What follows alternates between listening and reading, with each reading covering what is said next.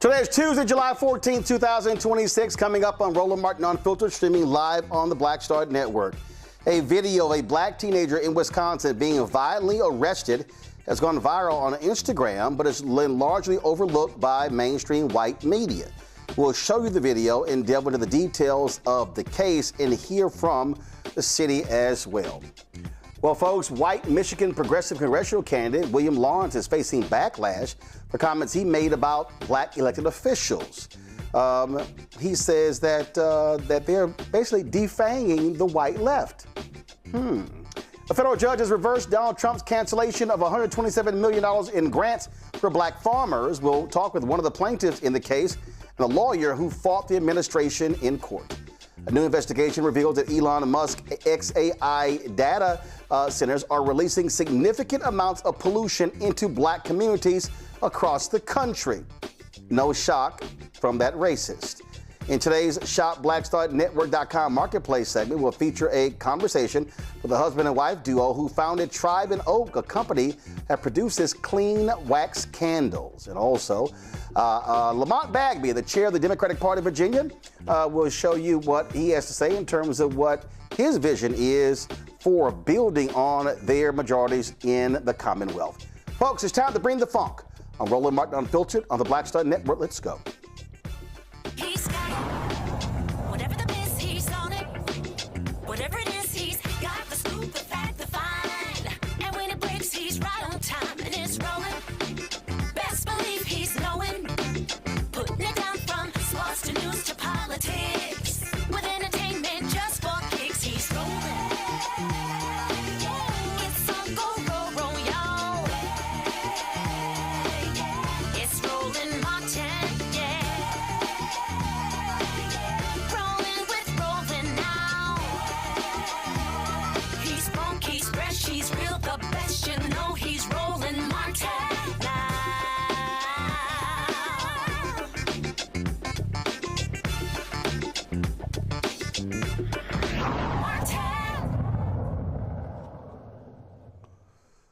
Folks, this video of a black Wisconsin teen being arrested is going viral and is causing a lot of discussion, especially since it appears mainstream white media is ignoring it. It's a typical afternoon with some teens riding their bikes. For an unknown reason, a Waukesha police officer violently handles the black teen when he did not obey his commands to sit down. Luckily, Instagram user Sammy_Stark caught the interaction on video. Watch. Get off of the bike.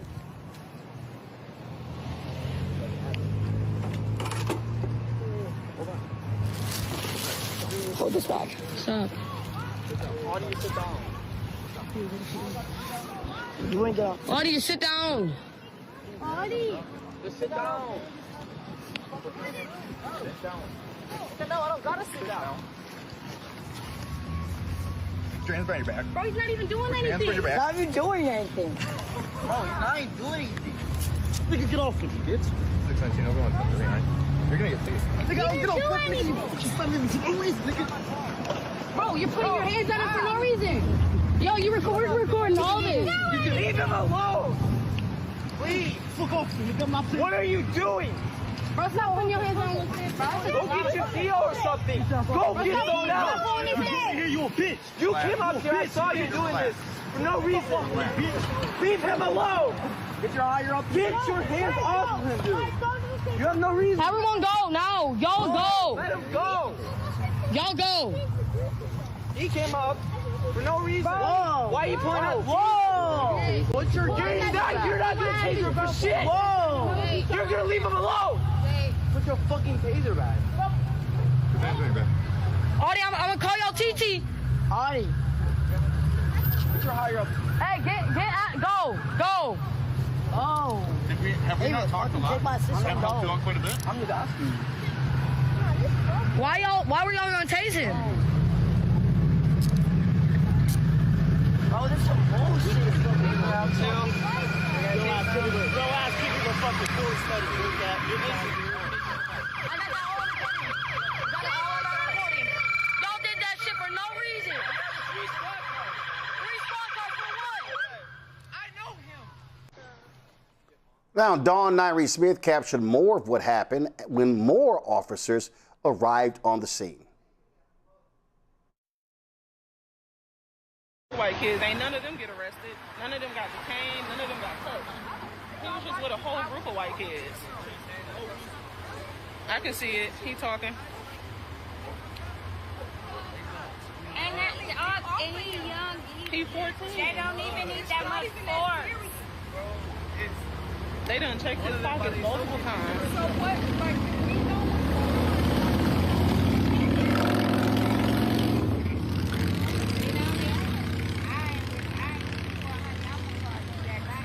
But that's not okay.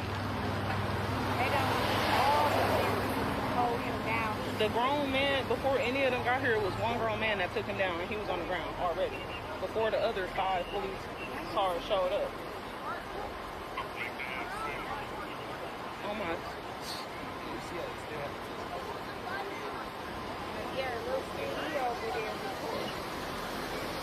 Took him out of the car again, they slammed him again. Yeah. I saw it. I didn't get that part on video. I know, me neither. You got his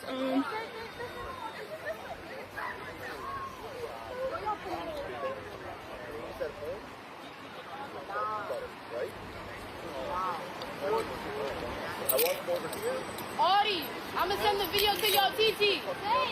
Got you. I support the police. I do. Free Audie on the day. Free Audie, bro.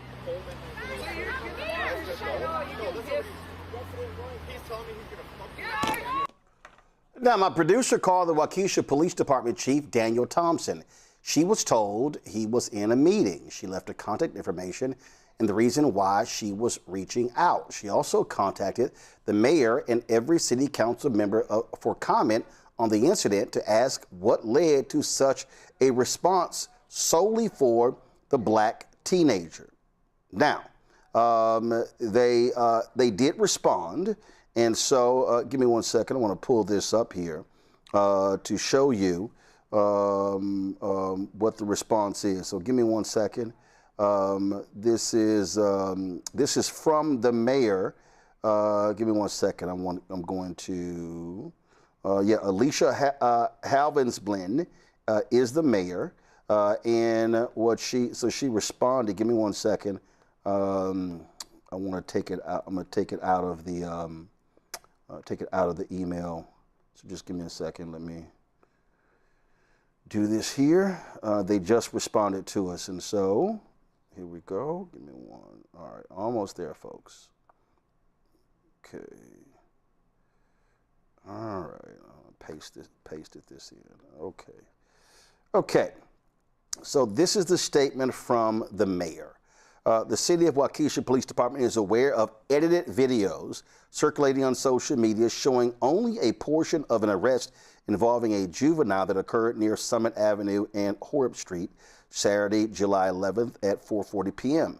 Our officers responded to multiple reports of disorderly behavior involving juveniles operating mini bikes on public streets, sidewalks, and through public park property, while other complaints included unsafe and disruptive conduct. Furthermore, the juveniles were removing gas nozzles and damaging the interior of a gas station. This incident occurred in an area adjacent to recreational facilities frequented by families and children, making public safety our immediate priority. The videos being shared online do not capture the totality of the incident or the circumstances officers encountered before force became necessary. As officers attempted to investigate and lawfully detain one of the juveniles, the individual repeatedly refused lawful commands and actively resisted arrest. Throughout the encounter, officers gave commands and attempted to gain voluntary compliance before using force to overcome the resistance and safely take the juvenile into custody. The City of Waukesha expects its police officers to perform their duties lawfully, professionally, ethically, and with respect for every person they encounter. Those are the standards our officers are trained to uphold, and those are the standards by which we evaluate their actions. Just as importantly, our community also expects individuals to comply with lawful orders issued by police officers. Voluntary compliance is always our preferred outcome, and it is how the overwhelming majority of police encounters are resolved. However, when an individual actively resists lawful detention or arrest, officers have both the legal authority and the professional obligation to bring that resistance to an end. Choosing not to act in those circumstances would compromise public safety, diminish accountability, and fail the community's expectation that the law be applied fairly and consistently. No police officer is expected to simply walk away from unlawful conduct because an individual refuses to comply. Allowing active resistance or assaultive behavior to dictate whether an arrest occurs would place officers, bystanders, and the individual involved at greater risk while encouraging further lawless behavior. Because this incident involves a juvenile, Wisconsin law prohibits the release of the juvenile's identity or confidential juvenile records. While we cannot discuss prior juvenile matters, we can say that officers' actions were based on the circumstances they faced during this incident and their legal responsibility to protect the public and enforce the law. As with every reportable use of force incident, the department has conducted a comprehensive review to ensure the officers' actions were consistent with department policy. We remain committed to transparency, accountability, and maintaining the trust of the community we serve. And again, as you see, that's the mayor, Alicia Halvins-Blinn, mayor, city of Waukesha. Okay, all right. So let's go to my panel. Dr. Mustafa Santiago Ali, former senior advisor for environmental justice at the EPA, joining us from D.C. Randy Bryant, entrepreneur, author, speaker from Washington, D.C. as well. Dr. Katrina Gamble, CEO, Sojourner Strategies out of D.C. Glad to have all three of you here. I'm going to start with you, Mustafa. Here's the issue that the mayor didn't address. So in her statement, she says there were multiple reports of disorderly behavior involving juveniles, operating mini bikes on public streets, sidewalks, through public property. They were removing gas nozzles. They, plural. Okay, so the question then becomes, why was the black juvenile the only person accosted? Well, I can't speak for the officer or the mayor, but we do know that some of the bystanders also said that there were white kids who were there as well. The other thing is that, you know, nobody said that these were the children, because they are children, who were involved in whatever was going on at the gas station or some of the other things. We do know organizations like the Sentencing Project have shared, based upon the statistics and the research that they've been able to do, that black youth are 4 times more likely to actually be detained or to be arrested than white youth. So that statistic is really interesting, just because based upon what the bystanders were saying, that there were both black kids and white kids, and maybe there were other types of kids who were there, but this is the only individual who was, you know, unfortunately arrested. Some would say his rights were violated, and a number of other types of things you can see based upon the video there. Some folks could say he was brutalized. So officers are supposed to serve and protect. They also have discretionary powers to be able to just have a conversation with someone. They don't have to put their hands on them. The other thing that we know, as I close out, is the fact that in many instances, they don't see our children as children, but they see them as adults. And even if it was an adult, you still should not be violating their civil rights or their human rights. But they dehumanize. They don't give the benefit of the doubt. Often there's no proof. So they figure that they can detain, they can arrest, and then figure things out later on. And that is not the paradigm that they operate from when it comes to white kids. Randy, again, okay, Mayor, were the officers wearing body cams? If so, release the body cams. You can block out the juvenile's face so we don't actually see it, but if you want us to believe that these 2 videos don't show all that happened, okay, release the video. Dash cam, body cam. Right. And you know, they always hesitate to do that. The chances of us ever seeing that video are small unless we have to get, you know, a lawyer involved. And they take advantage of the fact that sometimes we don't have the resources to hire an attorney and compel them to release the evidence. And so they get away with treating our kids less than human. You know, that it was so hard to watch. I was a 14-year-old child, and I counted 8 police officers And they said, I think there were 6 cars, 5 or 6 cars for a 14-year-old child who was riding a bicycle. And that is the way our children are being treated, because they don't see him as a child. They see him as an animal. I don't even think they see us as people, which is just extraordinarily disturbing. Also, that whole idea of them trying to de-escalate a situation, it seems as if when they see us, that automatically gives them cause to act as if they're scared. They can claim that they had to use aggressive force because they're afraid, just simply for us existing, simply just for the color of our skin. That's how they react, and how they feel comfortable. As I watched this repeatedly, how they felt that this was right to do, all of these officers surrounding one 14-year-old child, is unbelievable to me. It just shows how they do not see us again as human. Again, Katrina, for me, this is very basic. And that is, if you say that juveniles were engaged in this behavior, why was only one juvenile targeted? And if there were cameras, release it. Release it. I remember when the sister got pulled over in Texas, and I mean, I frankly felt that she was being too extra. I felt that her behavior, and people disagreed, but so I don't always just sit here and say, oh no, every black person, you're absolutely right. If he was disobeying commands, if he wasn't following what they were saying, fine, show us. Right, and 2 things on this, Roland. One, to your point, the reports were for juveniles, plural, and they were obviously only targeting one child that was there on the street. And the mayor did not address that at all in what they sent to you. And 2, to this point, this was a child riding a bicycle, and you could even see without them, right? They didn't pull up the video, to your point. If they have dash cams or cameras on their body cams, they didn't show that information, but you could see even in the statement that they sent you that they were trying to twist a narrative, right? That, oh, this is how we respond to when people resist or assaultive behavior. We all watched that video. There was no assaultive behavior by that child. The only assault that was going on were the police to this child.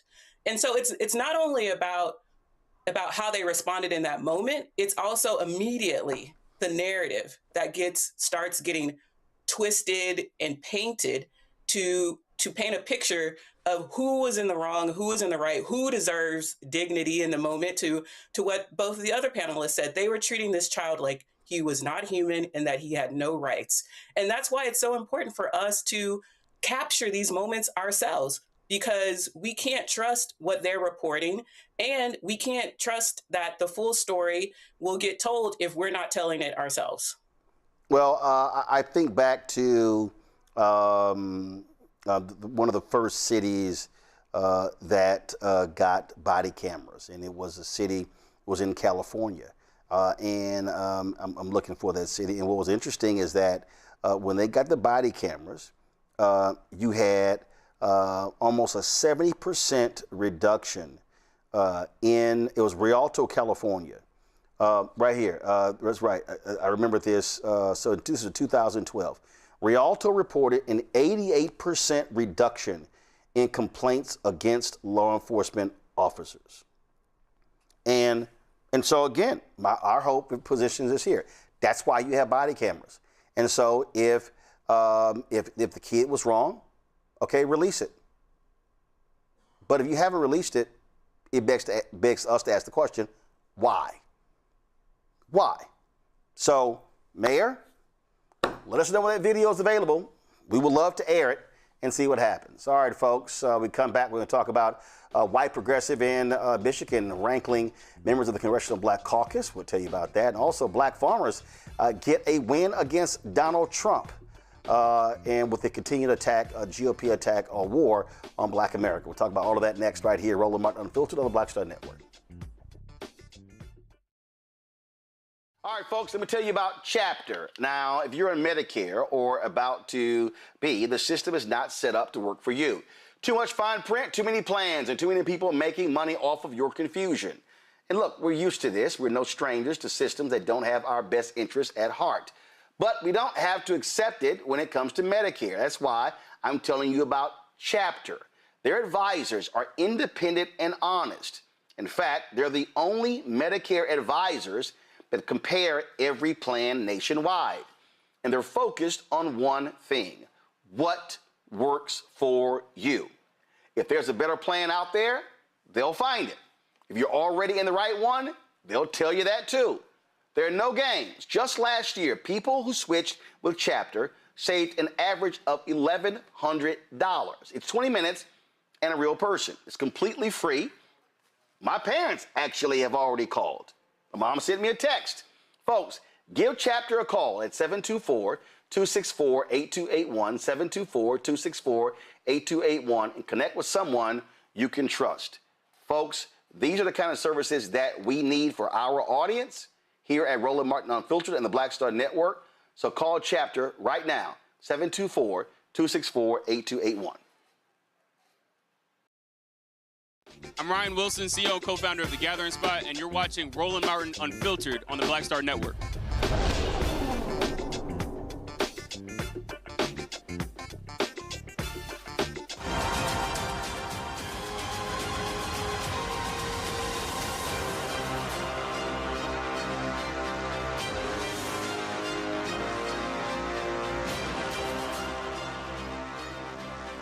Folks, we made it clear anytime there's this attack on black folks by Donald Trump and his administration, we're going to tell you all about it. Well, guess what? A federal judge has ordered the U.S. Department of Agriculture to reinstate $127 million in grants to black farmers and other underserved producers.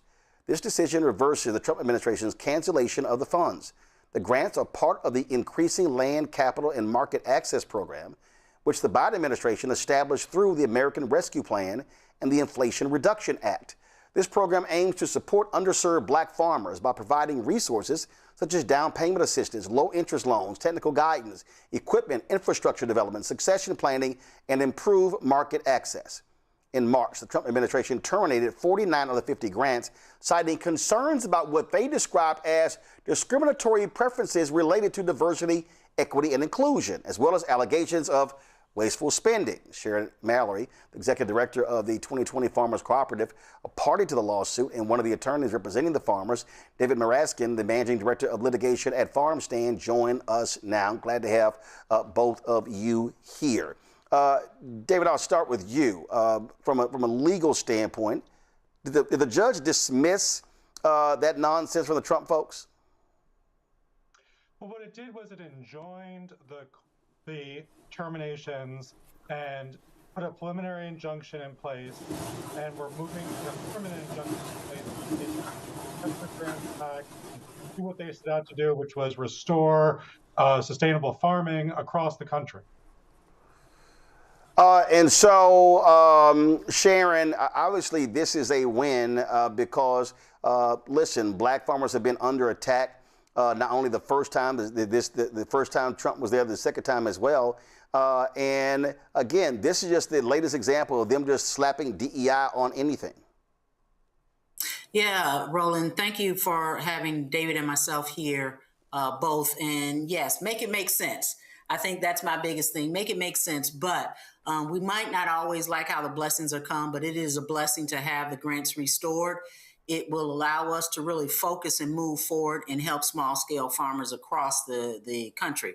You know, the 2020 Farmers Co-op is really unique in that we go from north, south, east, and west. We go above the Mason-Dixon line and west of the Mississippi. So we're totally inclusive in our focus and our mission in trying to assist small scale farmers be able to scale up and compete in this agricultural industry. We just don't buy into the go big or go home. Farmers have been here for a long time. David, Judge Beryl Howell ruled that the plaintiffs would likely succeed their legal claims and said they would suffer irreparable harm if the funding got canceled. You know, this is for all those people who were whining and complaining during the Biden-Harris administration saying, oh, these federal judges don't matter. Here's a perfect example of they do. Yeah, I think the law really matters here because what happened was the Trump administration said simply because money was going to help people of color, that meant that it was necessarily discriminatory. And that's really a concern and ridiculous, right? If money is going to help people who need it as Congress intended, the Trump administration can't roll that back. And that's what the court said here, and that's what we've been trying to do and stand with groups like 2020 Farmers Co-op. But this is more than just any specific legal issue. It's also about making sure that there's a platform for farmers and people who need it to get back to where they are to compete in the market and have an alternative to the major corporations, just like Sharon just said. You know, Sharon, as I sit here and go through this 37-page ruling, the thing that jumps out is Trump is running around here gallivanting, talking about, oh, how he's helping farmers. No, he's helping white farmers. Their actions are punitive against black and other minority farmers. Okay, Roland, I'm gonna say it again. Make it make sense. But I think where we're at right now is we have to understand that you can pick a color, whatever color you want it to be. There's one commonality in this whole issue, and that is farmers create food that we eat every single day. And we need to stay focused on that. We need to acknowledge that our food system is very frail, and we need to understand that small-scale farmers across the board, pick a color, doesn't matter. Small-scale farmers are here to be solutions to our farming crises. And if we don't accept that, we're only going to dig ourselves further and further into a hole, and we're going to see the price of things go up, and we just need to be very focused. And that's where the 2020 Farmers Co-op really wants to stay, is center of this. We're going to let David and the legal types handle the legal aspect, but we're trying to get our farmers geared back up and say, okay, let's dust ourselves off, refocus, and move forward. You know, one of the things, I'm reading this, David, the judge writes, defendants overstate the perceived increased burden posed by adding plaintiffs to the compilation and production of the administrative record, given that the new plaintiffs asserts the same, go to my iPad, asserts the same alleged pattern of practice by defendants in the same grant program already at issue. I mean, what was interesting, I mean, she's just in here and she is just eviscerating the Trump Department of Justice or the USDA and just showing how just utterly ridiculous their arguments are. Well, one of the things we're trying to do in this case is show that these terminations are not just isolated instances, but they're part of a pattern by which the Department of Agriculture set out to terminate grants that the administration thought it could label as objectionable. So we have documents that suggest that what happened was the Department of Agriculture searched for things like DEI or underserved. And if it got a hit, the grant would be terminated. Similarly, if the grant had the terms in it like climate or climate change or environmental justice, the grant would be terminated. And that's what really the court's getting at, is that these groups are trying to operate and do the best they can to provide services that Congress said everyone needs and we as a society need, to take back our food system from corporate giants who control it and put it in the hands of the people on the ground. And what the Trump administration did is, rather than allowing that to play out, they engaged in these culture wars through ham-handed efforts to label anything that they could find to be objectionable, discriminatory, whatever label they thought could capture the attention of their base. I love this here, Sharon. The judge says, land access program plaintiffs are likely to succeed on their claim if the grant terminations were contrary to law. This court has previously recounted that the land access program originated with Section 1006 of the American Rescue Plan Act, entitled USDA Assistance and Support for Socially Disadvantaged Farmers, Ranchers, Forest Land Owners, and Operators and Groups, which appropriated funds for supporting the designated people or groups. The 2022 Inflation Reduction Act amended that section and appropriated funds for programs to benefit underserved farmers, ranchers, or forest landowners, including veterans, limited resource producers, beginning farmers and ranchers, and farmers, ranchers, and forest landowners living in high poverty areas, and to provide financial assistance to farmers, ranchers, or forest landowners determined to have experienced discrimination prior to January 1st, 2021 in Department of Agriculture farm lending programs. As a result, the statute employs the term socially disadvantaged multiple times and defines this term as meaning people who have been subjected to racial or ethnic prejudice because of their identity as members of a group without regard to their individual qualities.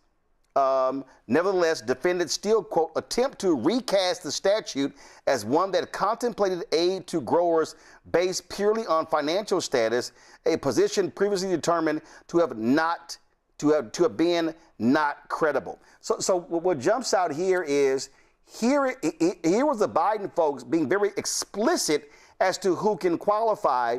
And the Trump folks are like, oh yeah, we're just gonna just wipe them out. No, we ain't helping nobody black. Well, they said no. People who actually experience racial discrimination in this program prior to 2021. Yeah, Roland, I think when you read that, I was thinking to myself, what is it that you didn't understand? The language was very clear, and I think the judge did a great job in articulating that. But once again, I want to remain focused because this is larger than a specific racial group. And yes, we all understand the tragedies, the atrocities that have been placed upon black farmers. But if we go down this rabbit hole of letting somebody distract us, and this is what I think this is a distraction. The blessing is well received. I am so glad that these dollars have been restored. It will give us a little bit of wind beneath our wings, and we hopefully flourish. Not even hopefully, we will flourish. Just give us a little bit and let's show us the difference, because I think we are powerful as a group of small scale farmers. And if we're given this opportunity to prove ourselves, I know for a fact we can help local communities. I just don't understand what the issue was, or I do. Who doesn't want to go without eating? I know exactly what the issue is, David.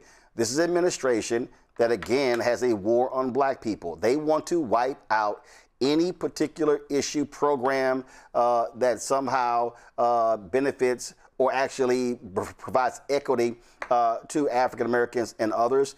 This is not just in USDA, it is across the board. It is in every single governmental agency. And this is why we have got to have lawyers who are attacking these folks in court. You got to have folks in court, you got to have folks in corporate, you got to have folks on the grassroots who are on the streets, in politics as well, because this is a wholesale attack. It is not just targeting black farmers and USDA.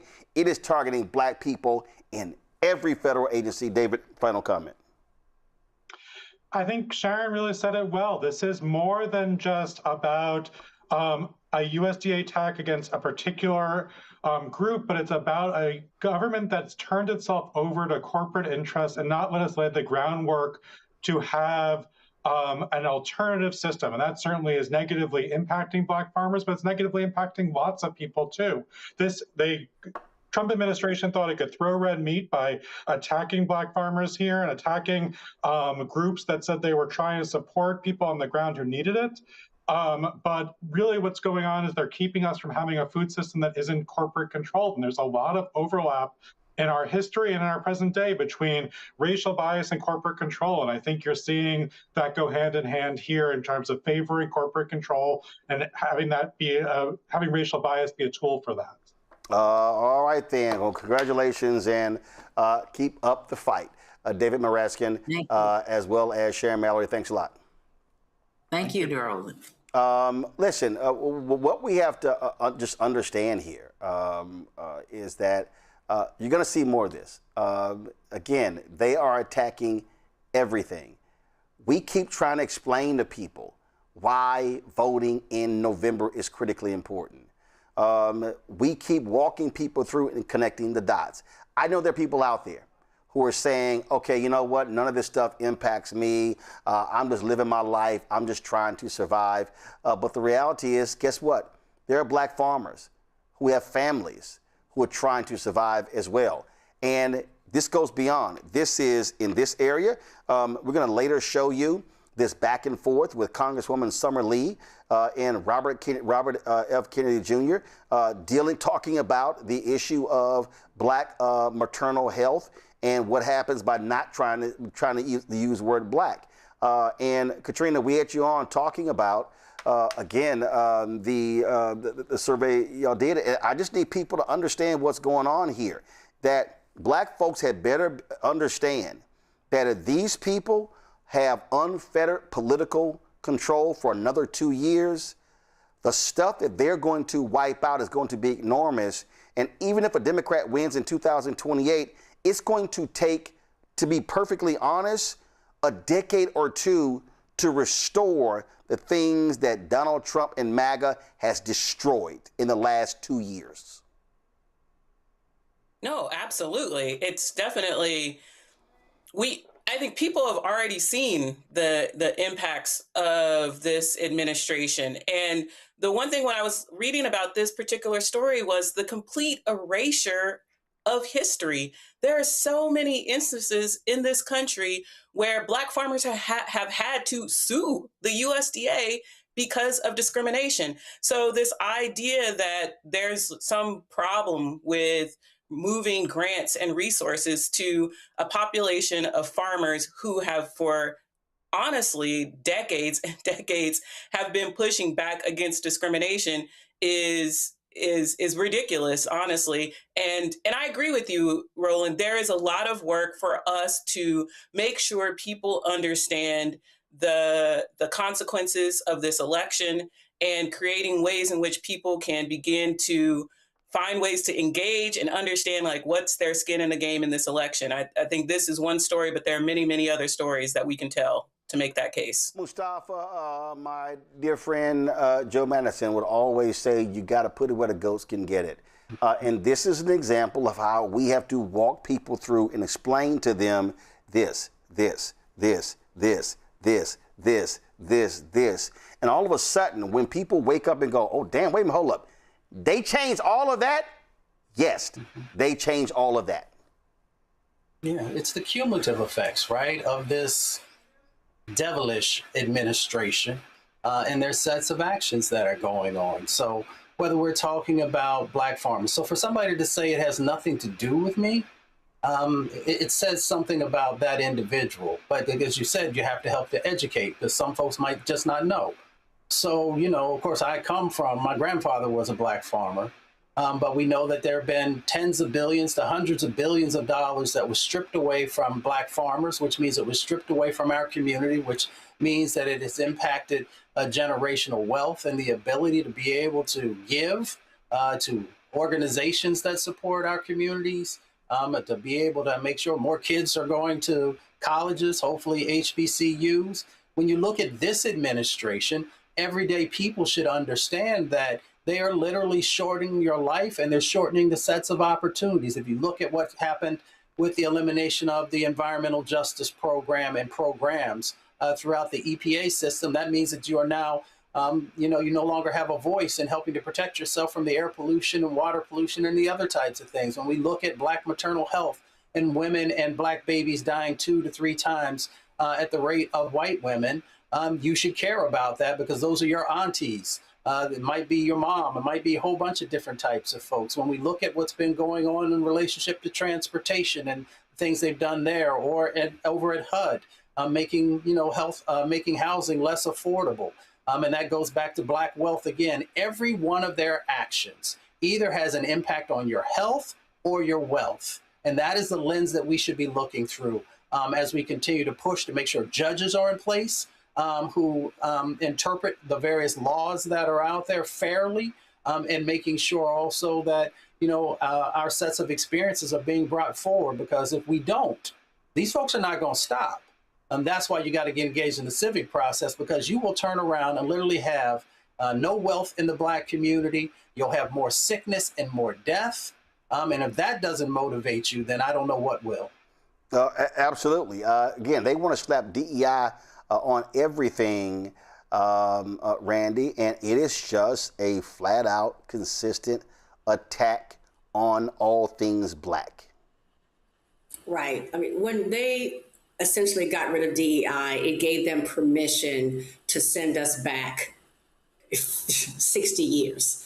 What DEI was designed to do is really to consider other people and our real history in this country, and not just Black people. But speaking of Black people specifically now, when we're talking about farmers, for instance, you hear white farmers talking about how proud they are because this land, that farm, has been in their family for generations, and how they've worked for generations this farm. And that shows their lack of just understanding, because Black people did not have that opportunity.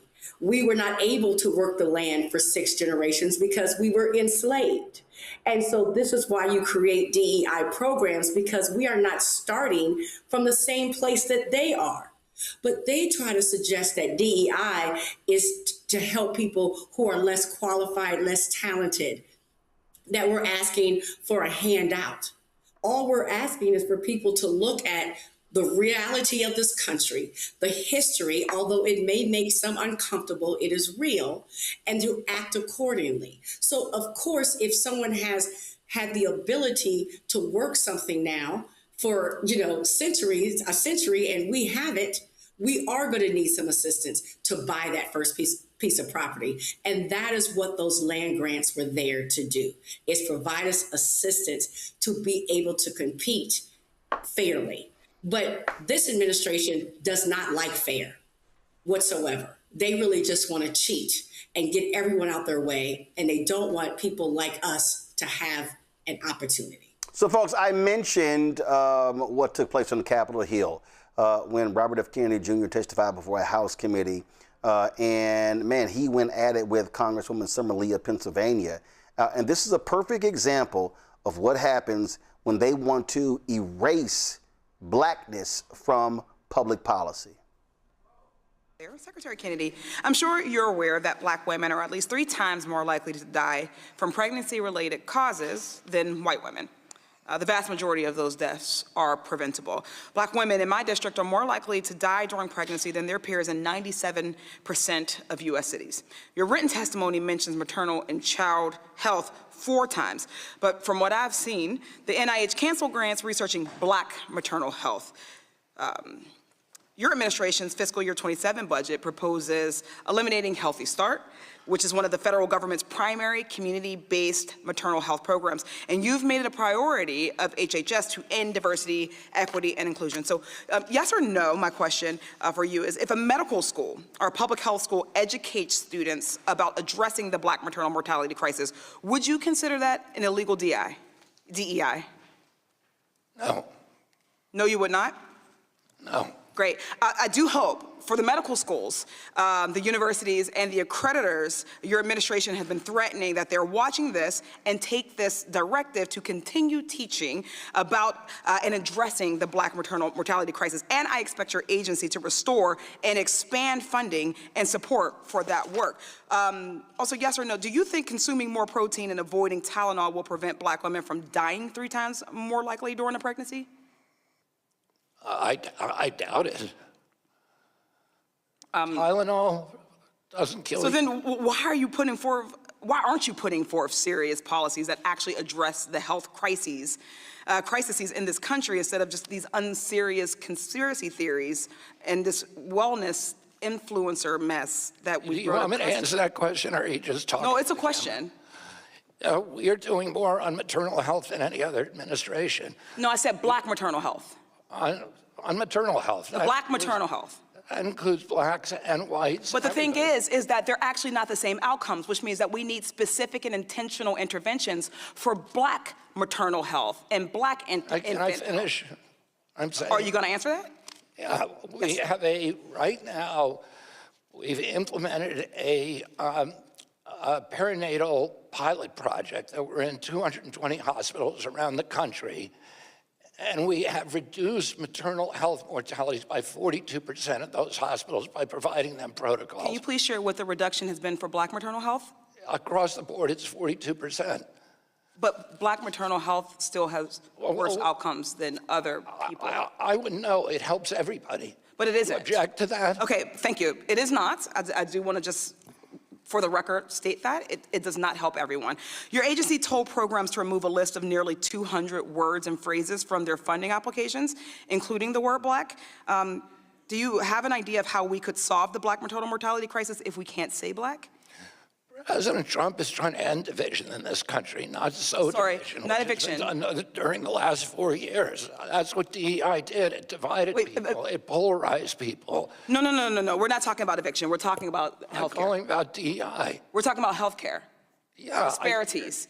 So what we're asking is if you attack DE&I and then we have a crisis that impacts one population over another, but you cannot direct specific spending or research or interventions to that population, how do you solve the problem? Do you think the federal government should be paying for DEI? I think the federal government has a vested interest in ensuring that its citizens survive childbirth. Well, we are meeting that obligation. We are not. Oh, that I can explain to you how we are. You have not done so far. But also I would say that, we can improve healthcare for everybody at the same time as helping the people who are most likely to die. That's what DE&I, well, first of all, DE&I makes sure that we have Black doctors or women doctors. Or that we're talking about the fact that we have a mortality rate that is not matched by any other country as what we would call developed as ours. That right there explains it all, Randy. First, the sheer stupidity of Robert F. Kennedy Jr. and how their attacks on DEI is having a negative impact on the Black maternal outcomes of black women. It's having a direct impact on us. It is well known, and he knows the stats, but he doesn't care about the stats, that we are 3 times more likely to die in death, regardless of education, level or socioeconomic level. There is nothing we can do. We have heard stars come out like Serena Williams and talk about how they almost died. And so there was money set aside to solve that problem. Let's figure out why Black mothers are not surviving. And also there's an increase, there's a higher chance of our children not living. You would think that a country that cared about all of its citizens would care about dealing with that specific issue. And yet what they're trying to act like is that they're dealing with maternal health by treating everybody the same. Because when they got rid of DEI, what the Supreme Court essentially said is that the United States has been and continues to be colorblind. Now, you're not going to find one person of color. None of us Black folks are going to ever agree to that. But that makes them feel better. It's so interesting to me that he said that DEI is what tore us apart, not the Jim Crow laws, not all the discrimination that goes on, the bad practices they did, but the actual solution that DEI, because then it was we at least were talking about it and trying to find solutions. That is what divided us. See, though these people don't like to feel uncomfortable with the truth of America, and if you challenge them in any way, that's when they become upset. They don't care about our real problems. And they don't, frankly, care about the fact that we die at such a higher rate by simply just having children. Well, Katrina, it's also because they deny that systemic racism exists. So therefore, their whole deal is, well, we shouldn't do anything specific for y'all. Is she saying, wait a minute, died 3.5 times more than white women? That's say, wait a minute, hold up. Let's throw the services there. It reminded me of when a lot of the AIDS money kept going to largely white male gay organizations. And it was like, you do know that the face of HIV/AIDS had changed, and they wouldn't change the funding. And you should be targeting the problem. They don't want to do it because that means you have to acknowledge that race plays a role in this. Exactly. And that's what I was talking about earlier when we were having this discussion about this erasure of history. This is a country where systemic racism is built into the fabric of how this country was built. And so for us to try to deny the impact of that is ridiculous. And to your point about on the mortality rate, when she was citing the statistics, it was like he was totally ignoring it. The data shows that we are disproportionately impacted. There's disparities for Black women giving birth. And even they are trying to eliminate any conversation of race in the discussion of the history of this country and the implications on any number of policies. I mean, we saw it even in the Calais decision that came down in April, right? Oh, there's no difference across race in terms of people's ability to exercise their vote power. We've been seeing this coming, and they're hitting every single institution, from things that impact our health, from things that impact our political power, to things that impact our pocketbooks. It is like a consistent, concerted assault on Black people. And the way that they're doing it is to say, oh, race doesn't matter. A rising tide lifts all boats. Well, if my boat has a hole in it, no, a rising tide doesn't lift all boats. And so that's not a measure of the impact on if we're actually solving the problem for the Black community. Mustafa? Well, you got to remember, this is the party of family values. This is the party that's always talking about keeping babies alive. This is the party, of course, that's against women being able to choose about their own health care and how they want that to play out in their lives. So, they get nervous when you talk about disparities, when you talk about disproportionate impacts, because that then puts a spotlight on who's being disproportionately impacted. How are disparities actually playing out? In this context, who's dying and who's living? Who's receiving the resources that are necessary to be able to live, and who have the programs that are being cut that are helping Black women to actually be able to live? So we just got to make sure that we put this in the proper context, that when they say they're a party of family values, we know exactly who they're talking about. They're not talking about Black families. They're not talking about Black women. They're not talking about Black babies, because if they were, they would make sure that they did what was necessary to keep those folks alive. Yeah, goes to show you they're not pro-life. They're pro-white life. All right, folks, got to go to a break. We come back. More on Roland Martin Unfiltered on Black Star Network. Second half of the show, we'll talk about this white progressive in Michigan has rankled some members of the Congressional Black Caucus. Folks, don't forget to support the work that we do. Join our Bring the Funk fan club. The goal is to get 20,000 of our fans contributing on average $50 each a year. That's $4.19 a month, 13 cents a day. That goes to support this show and the other shows here on the Black Star Network. If you want to contribute via Cash App, use a Stripe QR code. You see it right here. That's also for credit cards. And everybody who gives during the show, I will give you a shout out while we are live. That's right.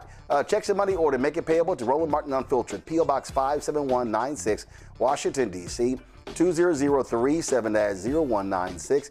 PayPal is R Martin Unfiltered. Venmo RM Unfiltered. Zelle Roland at RolandSMartin.com. Roland at RolandMartinUnfiltered.com. We'll be right back. All right, folks, let me tell you about Chapter. Now, if you're in Medicare or about to be, the system is not set up to work for you. Too much fine print, too many plans, and too many people making money off of your confusion. And look, we're used to this. We're no strangers to systems that don't have our best interests at heart. But we don't have to accept it when it comes to Medicare. That's why I'm telling you about Chapter. Their advisors are independent and honest.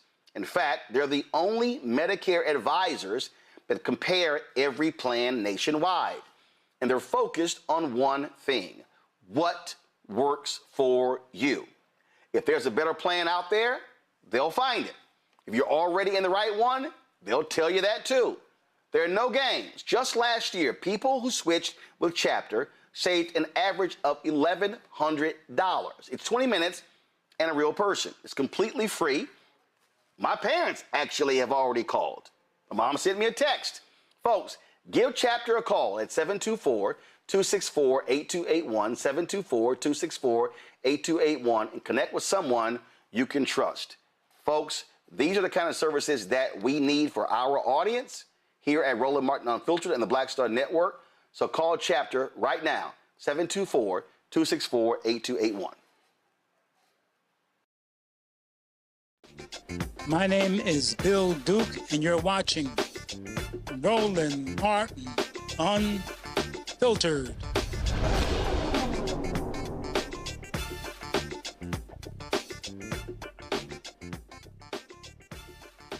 Congressional Black Caucus is firing back at a white progressive in Michigan who made some comments in 2024. William Lawrence, first of all, the Huffington Post dropped this article about William Lawrence's 2024 comments he made on his podcast, Hegemon, which featured conversations about social movements and politics. During the conversation, he said black U.S. political leaders are a pillar of the capitalist, imperialist American establishment whose backing for Democratic leadership defangs the white left. Listen. If you have concluded that there is a problem with racist policing in the U.S., then we implore you to consider that those police departments, they see a connection with the Israeli project, and so we think you should too. And we think that you should also see a connection with and identify with, the Palestinian freedom struggle. The other piece, the last thing I'll say about just in response to your question, that is like this interesting factor, and it is related to the question of the moral authority of kind of the Black freedom struggle, is that it's very clear that Biden's re-election campaign, the orientation is the Black vote. I mean, there's a kind of calculation that I think they've made from the start, but that's clear. It's clearer than ever. They're like, all right, I don't know. We've probably lost, the so-called Arab vote and the Muslim vote. I hate the way they talk about these kind of reductionist demographic categories. But maybe we can get the Black vote. And so the fact that Biden gave this commencement address at Morehouse College, which was pretty painful to watch as a Black person, as a Black leftist, really the Morehouse administration so in such a crass way kind of lend its platform to Biden in a way that was it's just so cynical. The move by the Biden administration is it's so cynical to say, we know that the majority of Americans want a ceasefire. We know that young people in particular are absolutely appalled by U.S. support for Israel.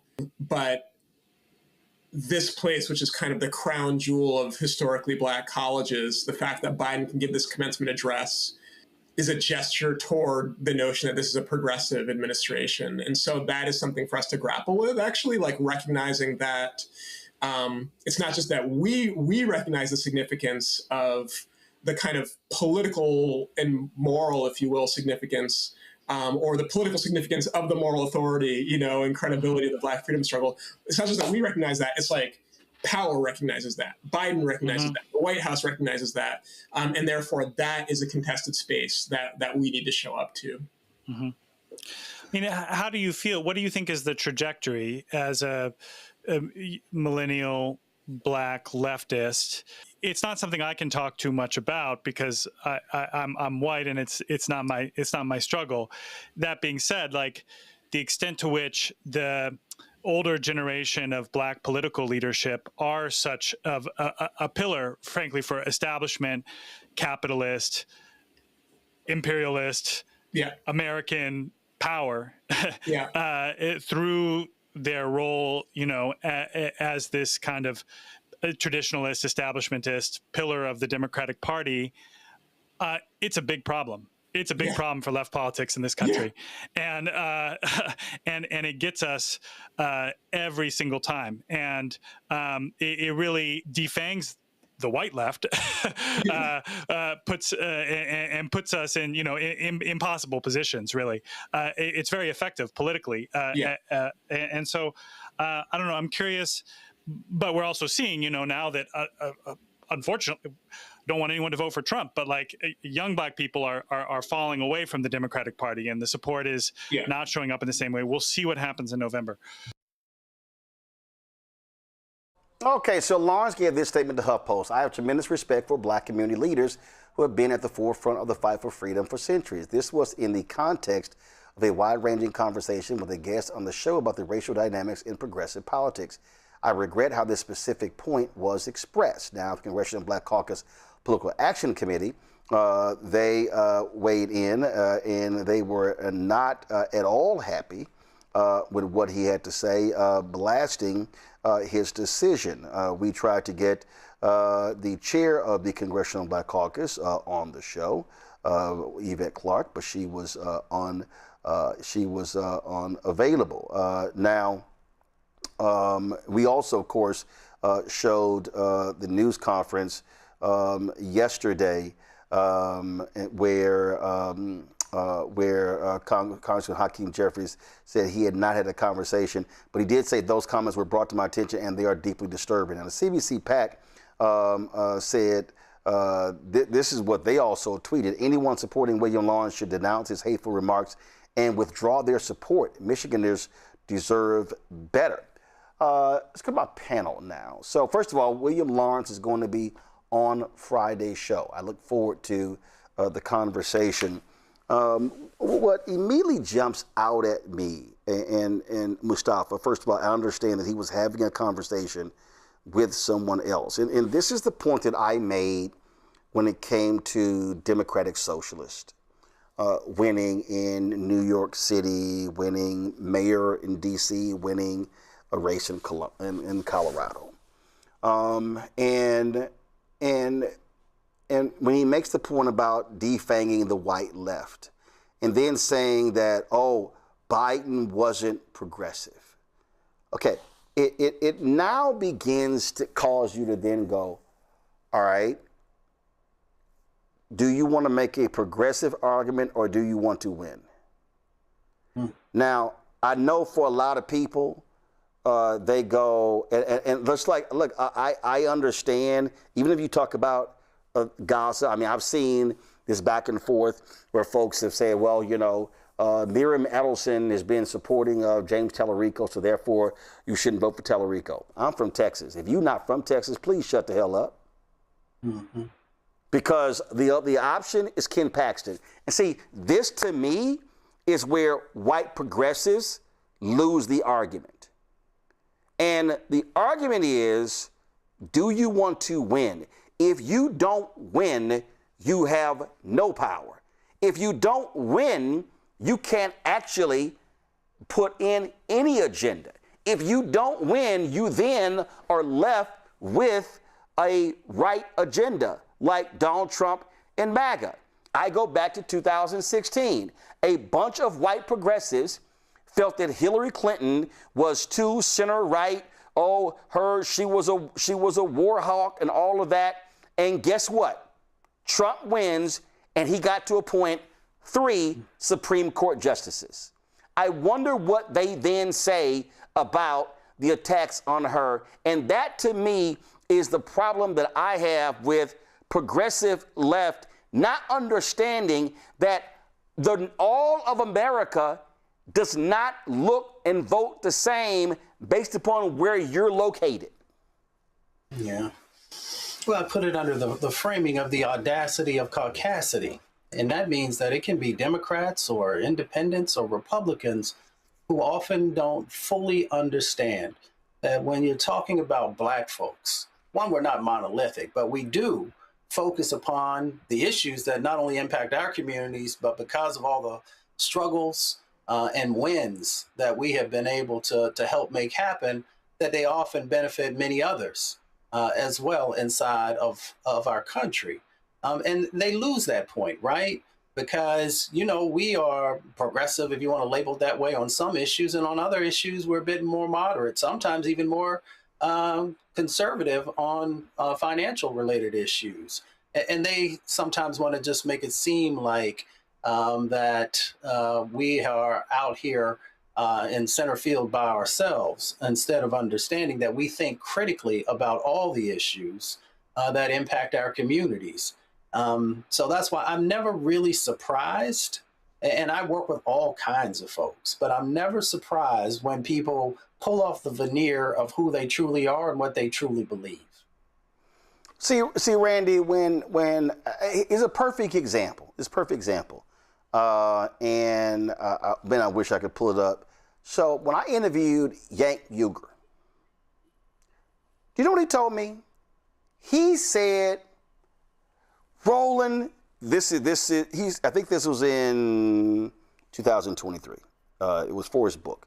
He said, Roland, the best example of the right progressive in Congress is Senator John Fetterman.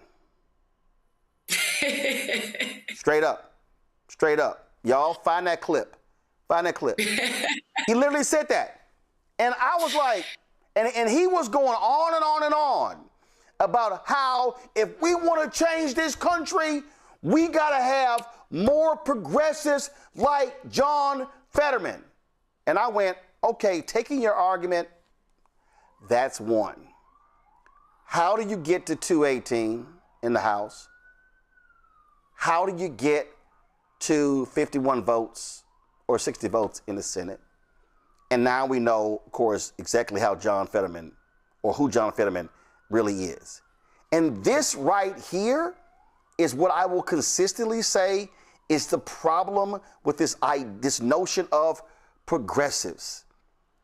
That when you look at the country, when you talk about congressional races are about that district of 700 to 850,000 people. So you might be a far left progressive or progressive Democrat, but the district of Sanford Bishop in Georgia is not the same as AOC in New York. But Sanford Bishop is a Democrat in Georgia. And you need Sanford Bishop to win in order for you to get to 218 so you can control the House. Right, exactly right. I mean, I find let me say this. I really don't I love the way he started his response, whereas I can't speak on it because I'm a white man. And I wish he had kind of left it there. I'm always somewhat uncomfortable when white people speak on Black issues and what we're doing because they can't possibly get it any more than I could speak intelligently about something with a man, or how a man is feeling about something. It's just not possible. So to me, it takes a bit of arrogance to think that you know better about something that you have no experience in. Second, I find that progressives are passionate about issues, and I do think they're worthy of listening to because it does matter when it comes to voting. But I don't think sometimes they understand that, one, there's a two-party system, and like you said, you are trying to win. You're trying to win, so you have to be somewhat moderate because you're trying to satisfy a whole constituency of people. And that disappoints people who are, typically I find them to be single issue voters or maybe two issues. And they think that issue should run everything and everyone is going to vote the same way because they're just as passionate about the issue as you are, or at least should be. And that's not the reality because like you said, it all comes back to winning. Yeah, I mean, I just, Katrina, here's a perfect example. In early 2024, the Trump campaign were running, the PACs, they were running commercials on Black radio stations, and they were talking about transgender athletes. And I remember listening to the commercial, and I remember sending a text message to folks in the Biden campaign. And I said, are y'all paying attention to this? And they were like, oh yeah, that's not having any impact. And it was a trial run. Because what then happened was they started dropping the television ads. In every football game, basketball game. I remember, I swear, I was in a red state. I don't know where I was. We were covering stuff. And I remember I was watching a game, Katrina. I swear I saw that commercial 8 times. I swear the one that included Charlemagne and DJ Envy, Kamala Harris's comments about surgery for a transgender prisoner. And I knew what I was hearing. I knew that the issue of transgender athletes was not going well with a lot of Black men. I also knew that the issue of abortion, reproductive rights, for a large part of the black community, problematic. Now, if you are a hardcore progressive, you have to understand, and this is not just black people, because those issues play differently when you're talking about Latino voters, especially those who are Catholic. So the point is, how do you put together a coalition that includes different people? Because again, the object is to win. You can have these absolutely progressive candidates in one part of the country, and if you think folk can run like that in other parts of the country, you're nuts, and you're not going to win. Connor Lamb could not run like that for Congress where he was in Pennsylvania, because outside of Philadelphia and Pittsburgh, Pennsylvania is Alabama. People don't even realize, outside of Flint, Detroit, Pontiac, it's a lot of red in Michigan. And so this is what progressives are going to have to understand. Everybody cannot run as a far left progressive if you actually want to have a majority in the House and in the Senate, or even win the White House. Right. I think for me, this idea of, this idea of like the goal is to just win. I think that that's like only the first step, right? Because there's like a myriad of examples of where people, where folks, like a particular party has won and the lives of people has not changed at all. So to some degree, I think I just want to push back on it, that like, it's like, either do you want to be progressive or do you want to win? Like, I don't think it's like a either or. Like, there is like the larger math of like, how do you gain congressional power? But I do think that there is a role to push on this, push a bit on like once we win, like what actually Oh, absolutely. happens. You brought it up at the beginning with Fetterman for whatever the point is. It's like having like a majority of Democrats doesn't mean that things are actually going to deliver things for our people. So Kyrsten Sinema, Joe Manchin in Virginia, right? And what I recognize politically is that when you actually look at the Democrats compared to the Republicans, I've said this for the longest: Republicans, you're either right or far right. That's it. There's no such thing as a moderate Republican. It doesn't exist. The Democratic Party, you've actually got center right, center left, you've got progressive, you've got far progressive. You actually have a much larger tent. Democrats have to piece together. They got to piece together a broad coalition to get the 218. They do in the House. And 51 in the Senate. It's not the same as it on the right. And politically, you have to actually deal with that reality. And so the question then becomes, all right, what are the policies you're pushing? When you win, when you get power, what are you actually changing? And again, when I hear people say the Biden administration wasn't progressive, then I go, compared to what? And that is an issue that you have to deal with, because I remember people like, yo, he ain't go hard enough on student loans. And I was like, what the fuck are you talking about? Did you not? It went to the Supreme Court. And so this is this tension, because I then even asked the question, Katrina, when somebody tells me, this is a real progressive, I then go, okay, what does that actually mean? What does it actually mean? Right. And I want people to define that.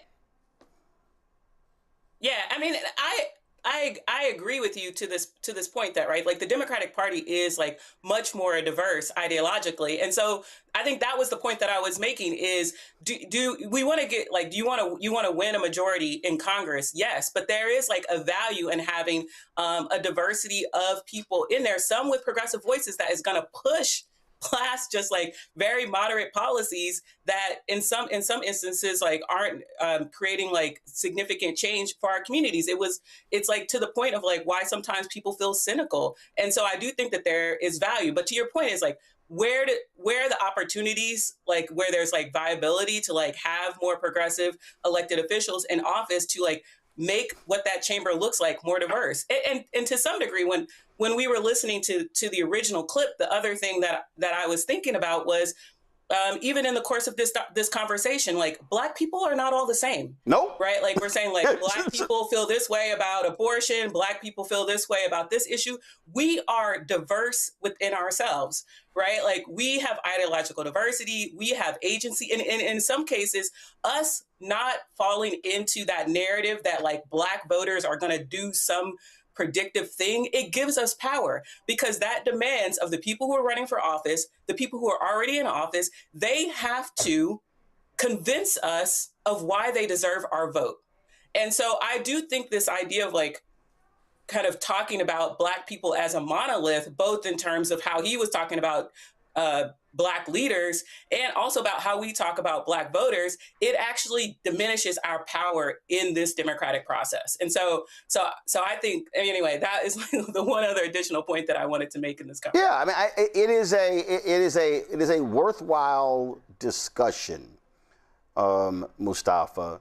But I still go back to, again, when I hear phrases, when somebody says, I'm a progressive, I then go, what does that mean?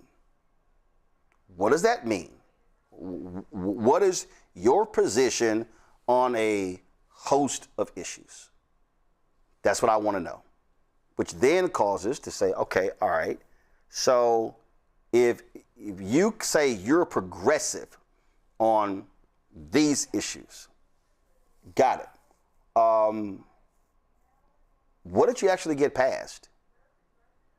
What did you actually, I mean, that the hit on Senator Bernie Sanders is that he's been there a long time. What did he actually get passed? If you actually say who's one of the most effective Democrats in the House, it's Congresswoman Lauren Underwood. When you look at policy. But this thing to me right here is what white progressives are going to have to listen, if you will, and actually understand that your worldview is not the worldview of all Democrats. This is why I keep getting pissed off when people act like Mondani is he's the future of the Democratic Party.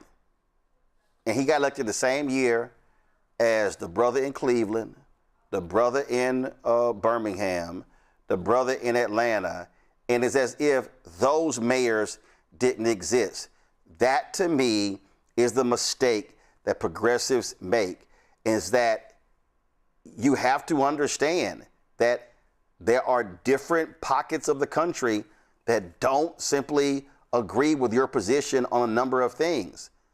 So the question then becomes, do you demand candidates that are of like mind and they lose, and then you get a right-wing candidate in, and then what type of policies are they going to implement? That's really what you have to contend with here. That is, do you want to be right or do you want to be effective? Because, you know, there are a number of different issues that are out there that are incredibly important, but you have to be able to, one, build a coalition.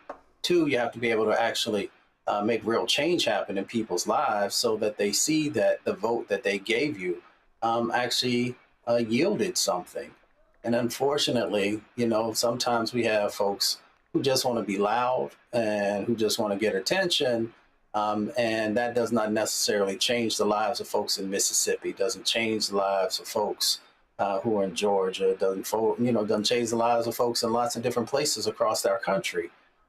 Folks are looking for somebody who sees them, who hears them, who understands their pain, and is willing to move forward on policies that will help to change that dynamic. So whatever label you want to use, the most important thing is that we're actually doing something that matters and that will help not only this generation, but the next generation to be in a better position. And if you do that, then you're beginning to move in the direction that this democracy actually needs. You know, you always got these dumbasses, Randy. I got this fool sports actuary on in chat. Like, oh, here's Roland shilling. No, it's called reality. And this, Randy, is the problem that people don't seem to understand. Politics, first, Ron Kirk, when he was the mayor of Dallas, we were talking one day, and Ron Kirk said, Roland, let me explain. He said that these people understand. Either you have the votes or you don't. He said, when I'm sitting there on the dais and I got council members who are yelling and screaming, he said, I ain't got to say nothing. He said, I got the votes right here. He said, you need votes. You need votes to win. Now, what role do people serve? Do you need politicians in your party pushing as aggressively as possible? Absolutely. Do you need people in the streets pushing aggressively as possible? Absolutely. There's a difference between winning wars and winning arguments on television. And I think back to 1964. I think back to Atlantic City with the Mississippi Freedom Democratic Party. Fanlou Hamer, Bob Moses, they went there and they said, we need to integrate the Mississippi delegation. And LBJ was concerned about winning the South, holding the South, beating Barry Goldwater. And so he told Walter Reuther, after they continued not accepting compromises, he said, you make it clear, you tell King, accept the compromise or he gets his labor funding pulled. So what does King do? King accepts the compromise. Now, Fanlou Hamer, Bob Moses were angry. They were going off on Bayard Rustin. King says, I will take a win in 64. He said, because the promise they're going to integrate delegations in 68. And they were angry. They said, we ain't waiting for 68. He said, we couldn't get it in 64. He had to make a strategic decision. One, do I completely lose funding for the entire movement on this issue, or do I accept this compromise in 64? And what ended up happening? In 68, there were integrated delegations.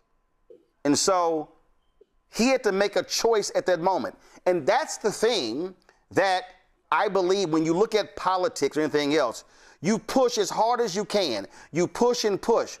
But there comes a point when you have to accept the reality that you didn't win. So, do you completely chuck everything and say, well, I didn't get everything I wanted, so therefore I'm not supporting this? Or do you say, I'm going to accept as much as I can today, but I'm coming back tomorrow for more? I agree with you completely. I probably, people would consider me what they would call a progressive in a lot of ways. I certainly, read in that direction and, listen to a lot of people in that vein. But there's two things can be true at once, right? So I can believe in a policy. I can believe, let's say, reparations need to happen immediately. Let's say that is something I believe in. But do I believe that if we put up a candidate tomorrow that would appeal to the population because I want us to win? No.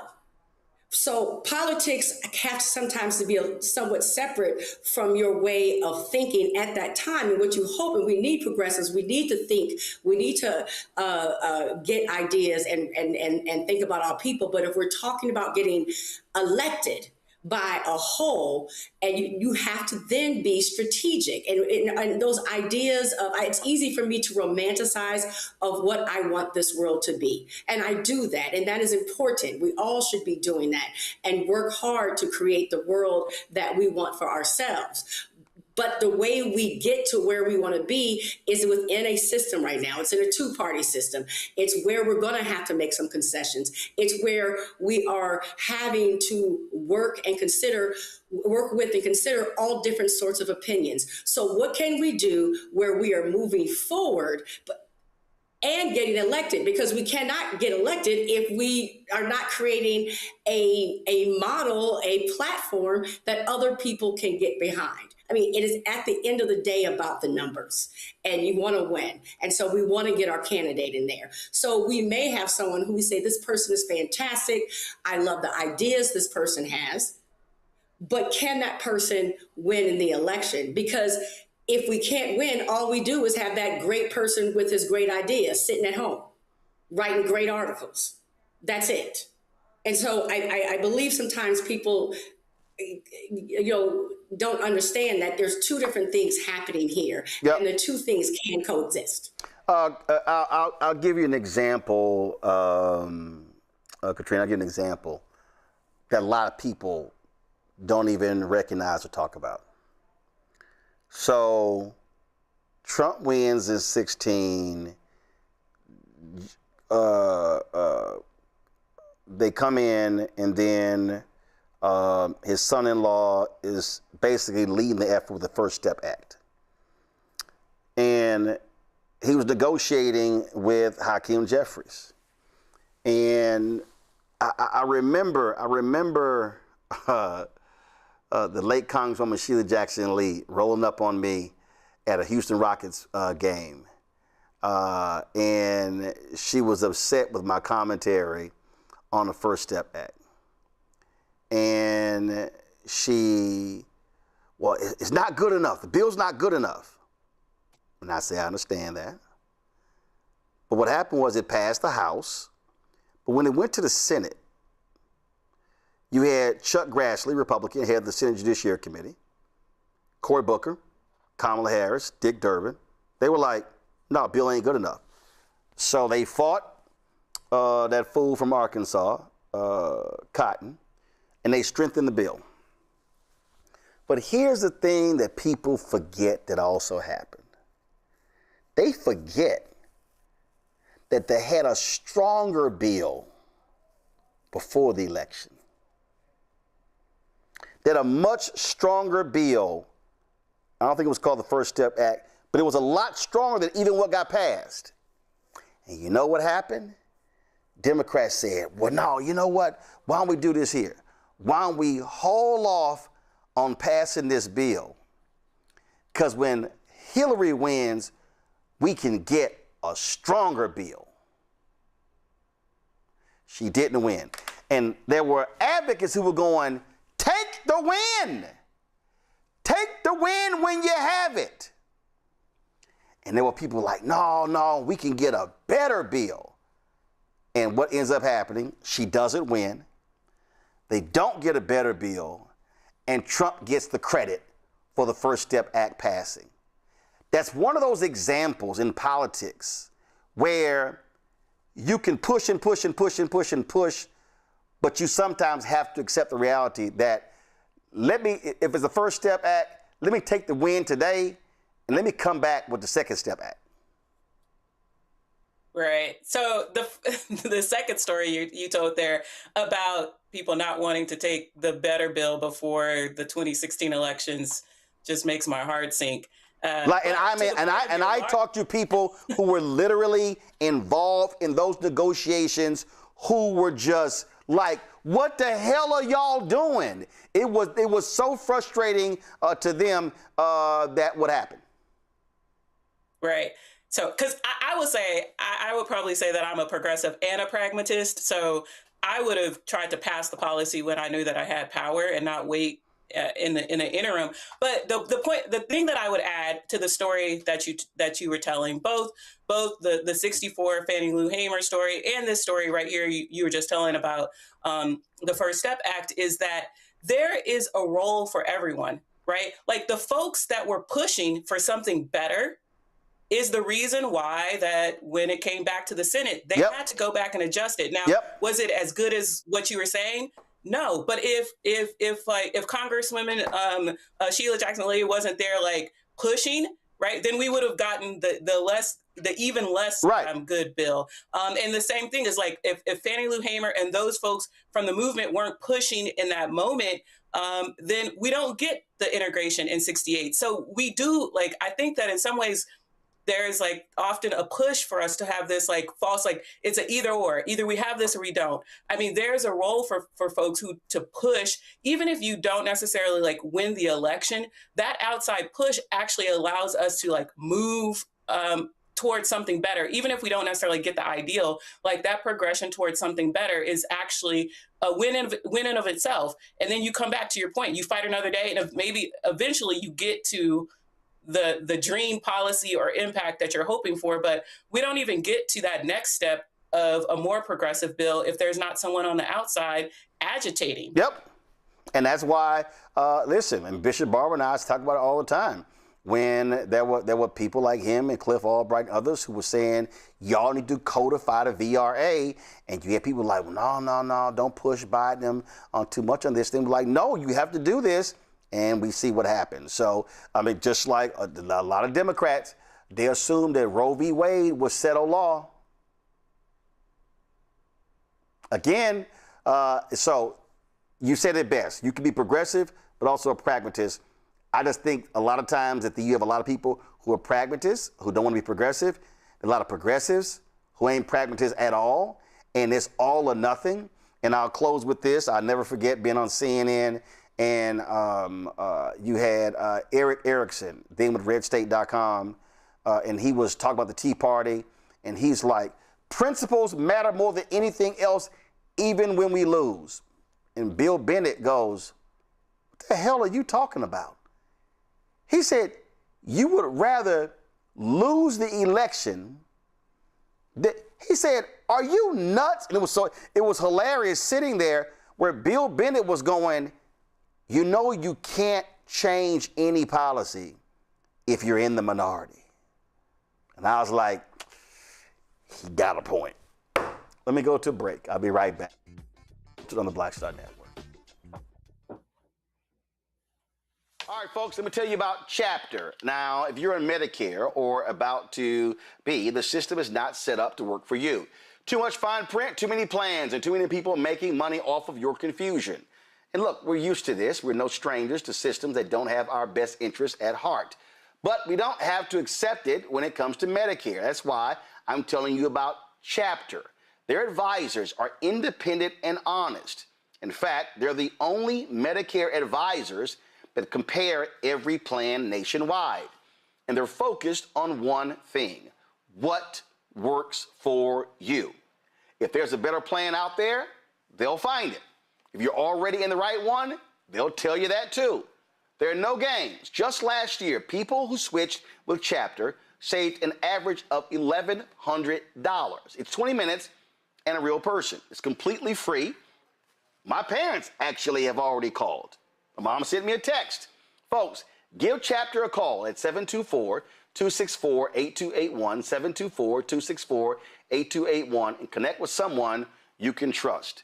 Folks, these are the kind of services that we need for our audience here at Roland Martin Unfiltered and the Black Star Network.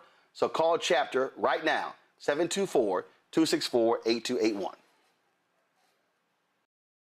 Hey everybody, I'm T.D. Jakes, and I want to encourage you to watch Roland Martin Unfiltered. It'll blow your mind.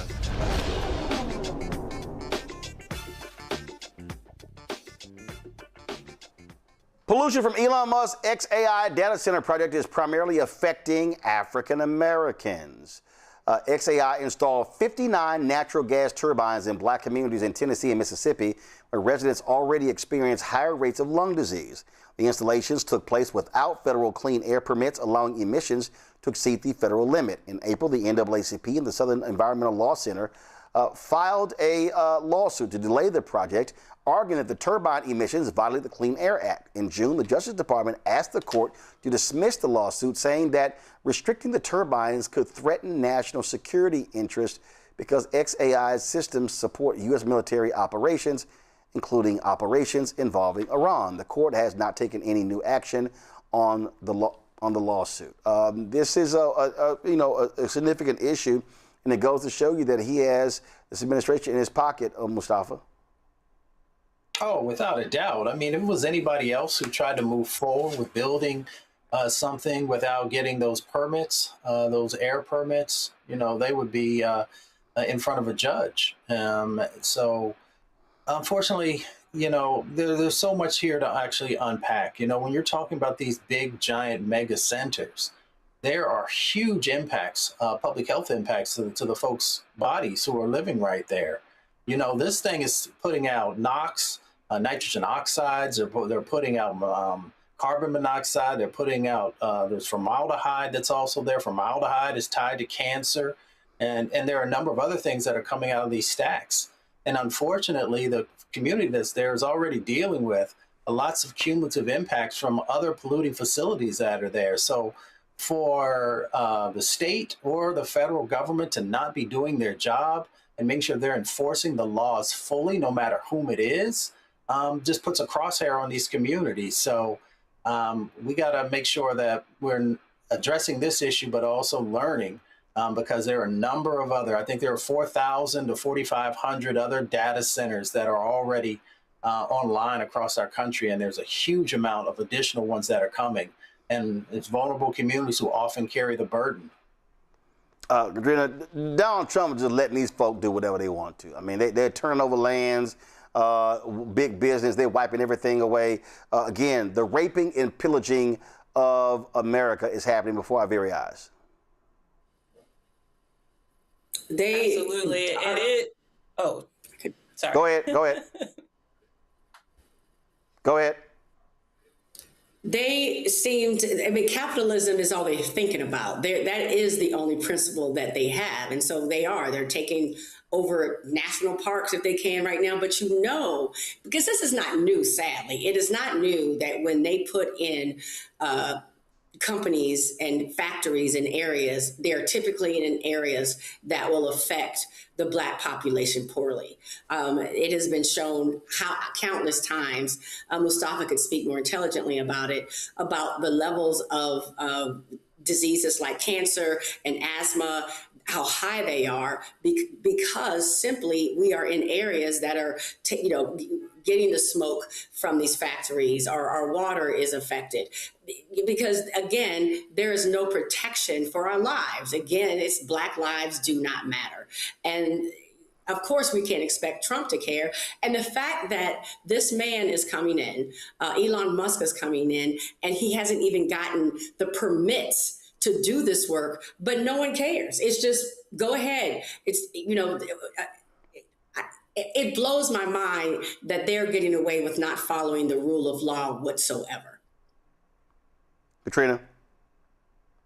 This is an example of all of the ways in which this administration is undermining the levers of our democracy, to the point of him not needing a permit to go in there. We know about, there is obviously moneyed interests that are influencing our government in this moment. And so the fact that there's no permit, the fact that there is really no judicial pushback on this, the DOJ, who you think would actually be on the side of protecting the health of its citizens, is actually saying, oh no, we actually shouldn't regulate this because of some type of military issue.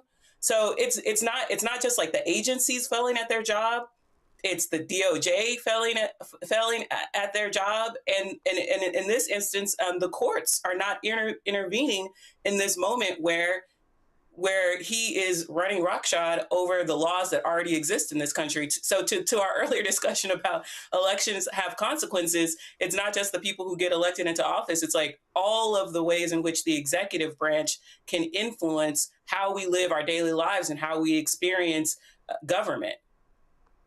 All right, then. All right, folks, quick break. We come back. ShopBlackStarNetwork.com marketplace segment. All right, folks, let me tell you about Chapter. Now, if you're on Medicare or about to be, the system is not set up to work for you. Too much fine print, too many plans, and too many people making money off of your confusion. And look, we're used to this. We're no strangers to systems that don't have our best interests at heart. But we don't have to accept it when it comes to Medicare. That's why I'm telling you about Chapter. Their advisors are independent and honest. In fact, they're the only Medicare advisors that compare every plan nationwide. And they're focused on one thing: what works for you. If there's a better plan out there, they'll find it.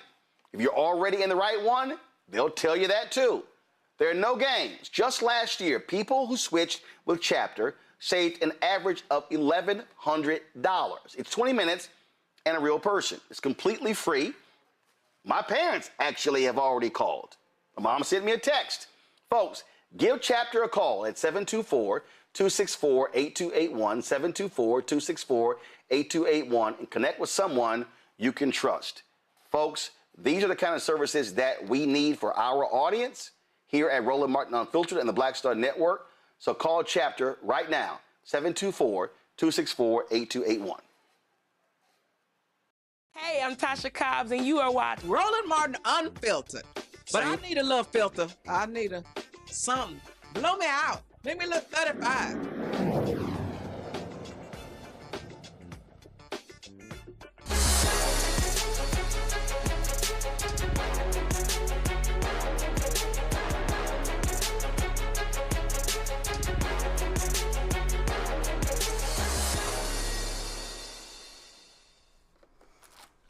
Or the unwinding after a long day, set in the mood for self-care, or just craving that cozy ambiance, we have some clean wax candles to give you all the vibes without the guilt. Candle company Tribe and Oak was founded by husband and wife Taylor and Kareem because Taylor struggles with asthma and found that traditional candles aggravated her condition.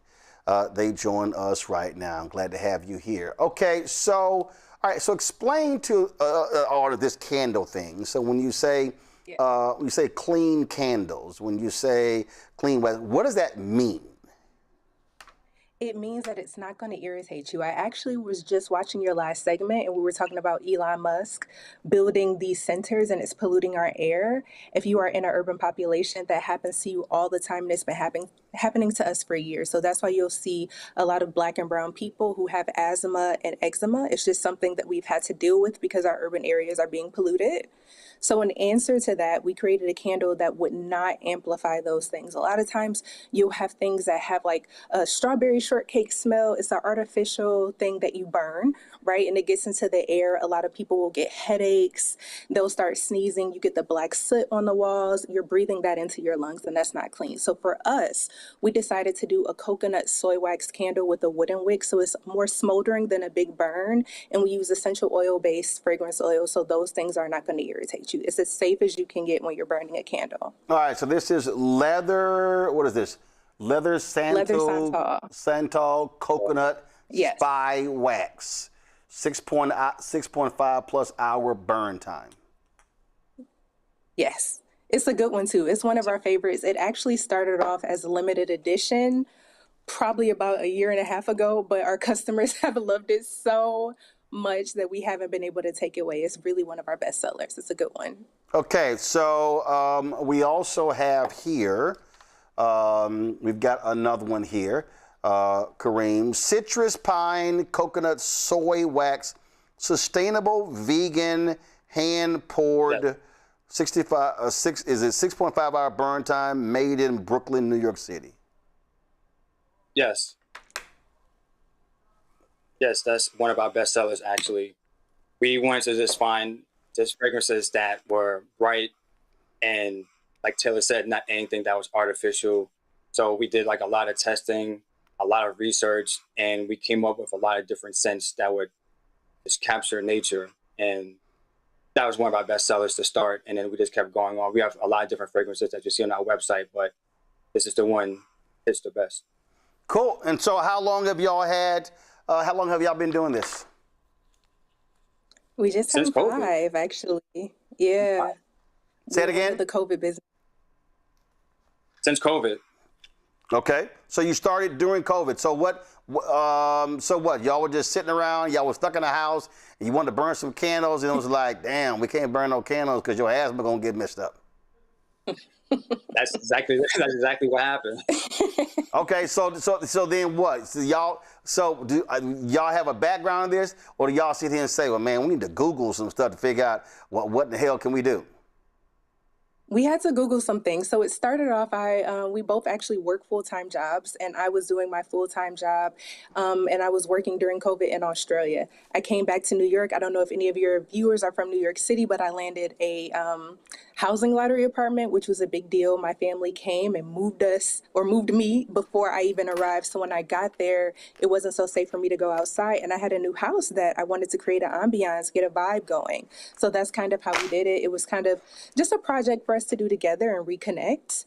And then we shared it with family and friends, and they're like, hey, you have something here. I think you need to take it to the next level. And Kareem convinced me. I wasn't convinced. I like my money when I know it's coming, from my 9-to-5 job. So being a business owner wasn't really how we started everything, but it's where we landed, and we wouldn't take it back for the world. So you left the job? No, we're still working. We are hustling, okay? All right, cool. Questions from the panel. Let's talk to first one, candle burning Randy. I do burn a lot of candles. I have a question. So you said this was great for people with asthma, but I would think that it would have great benefits for even people who don't have asthma like me, as far as just having clean air. Yep, absolutely. So it's great for everybody. It was made for people with asthma. It was like, essentially, if you have respiratory issues and you're sensitive to that, it's not going to harm you. But we found that a lot of people with pets, expecting mothers, or mothers with new babies, or people who just really are intentional about getting things that are more sustainable and vegan, they're also our customers too. Especially for the children also. Yep. Katrina. I love this. I love let's buy black. And when you were talking about that, we were just also talking about there's so much happening in the world right now. And so I would imagine too that people look to your products as a way to relax, light a candle. Is there any implications of using these eco-friendly products as a way to actually help people calm their nervous system in this moment where we are ramped to 100 all the time? Aren't we? I would say so. We use natural. Go ahead, Kareem. Oh, okay. Yeah, I mean, we use natural ingredients, essential oils, a wooden wick. It has a nice crackling noise. So when you come home from a hard day at work, like you mentioned, you can just unwind, light the candle, you hear the nice sound, and you can just imagine you're not in New York or wherever you are. You can imagine you're on some tropical island or somewhere like that. And that's part of the vibe that we are trying to set. Mostly is about the health, but we do want to add other just ways how to relax people, because people are stressed out nowadays. Absolutely. Like, you could come, one of our best sellers is a coconut sandalwood. Since it has the warm sandalwood and coconut, it's really warm and calming. So that's good for that. We have botanic fig and sea salt orchid because it's our spring summer season. So when people want something a little bit brighter, they've just cleaned their house, then you can light those for those vibes. So we have an array of different fragrances kind of for different things. All of them set amazing vibes at home though. Mustafa. Yeah, well, thank you for doing this. There are 24 million folks in our country who have asthma and 7 million kids. So you got a whole lot of folks who should be looking at your product and considering to purchase it. You talk about cruelty-free products. It's right there on the screen as well right now. Can you talk about why that's important? Because some folks might not understand how other candles are often made and what the difference is with yours. Kareem? We just want to just make sure that everything is just natural and sustainable and vegan. And once you do the research about what that means, it may not be your cup of tea. So we just want to make sure nothing is hurt in the process of making our products. We want it to be health oriented. And like I said, we have a positive goal that we want to reach out to our community. And this is where we start. And using all natural ingredients, things that won't hurt anybody or anything, is the way how we want it to go. And just to add to that, like kind of what is out there, we have some of these big companies that use a lot of paraffin wax, and a lot of that is derived from fossil fuels and oil. So those things just are not good for you. We're using coconut soy wax. This is usually food grade material, so it's a lot safer for you, especially since you're burning it. You are ingesting it into your body in some way. So doing things that aren't, or using products that aren't using paraffin waxes is really, really important to us, because there was no way that we could, use something derived from rubber and oil and give that to people and expect it to be a clean burn. That wouldn't be clean at all. So for us, that was the biggest part of research. The second, as Kareem mentioned, the wooden wick. This is something that's also, it's a recycled wooden wick, so that helps us lean into our sustainability goals. And a cotton wick, I mean, you have them everywhere, they're good, but it's just the way that they burn. Because it catches a big flame, sometimes you'll see it and it'll get all of the black soot on your walls. With the wooden wick, it just doesn't do that. It's not a big flame, it's more like a smolder.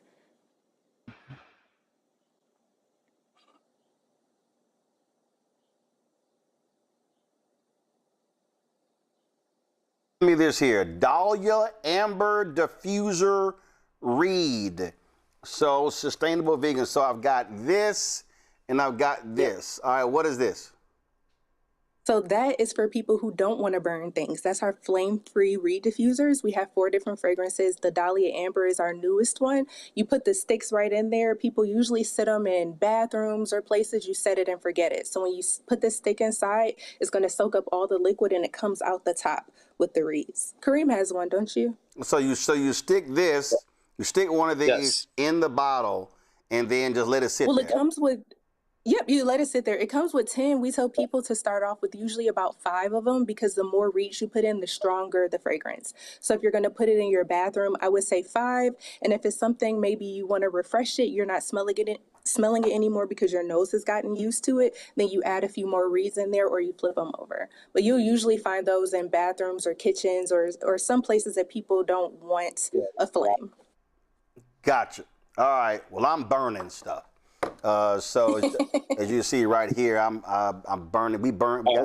We got candles in the studio. So yeah. Yes, love it. So when we have our interviews and our stuff over here, we actually have them. So all right, cool. So folks, Tribe and Oak, if you go to shopblackstarnetwork.com, shopblackstarnetwork.com, you can check out their candles. How many different candles do y'all have?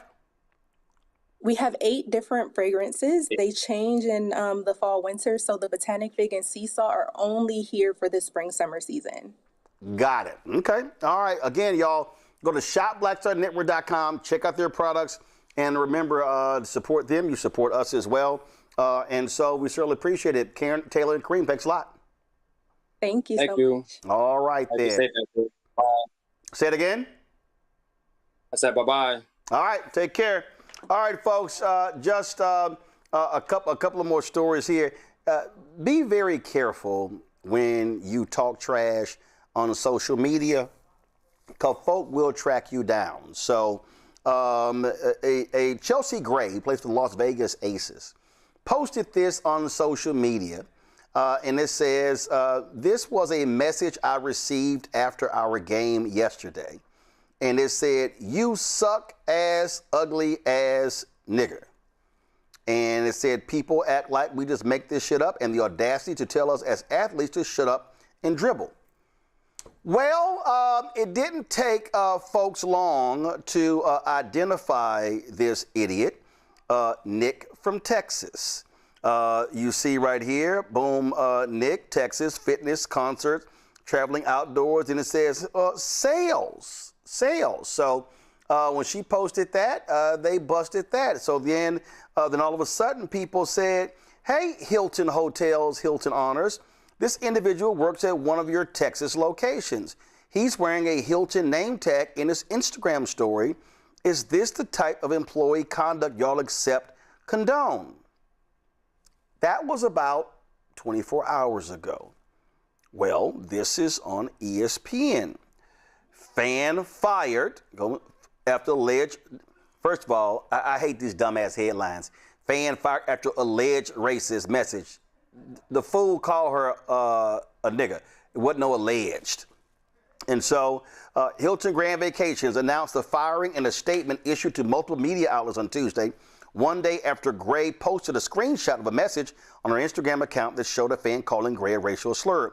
The person responsible for posting this information is no longer with the company. Hilton Grand Vacations said in a statement, his behavior was in violation of multiple company policies and does not reflect our company's values in any way. Well now, Katrina, these racists gonna learn. You send somebody a DM, they can track your ass down. Right. What do they say? Mess around and find out.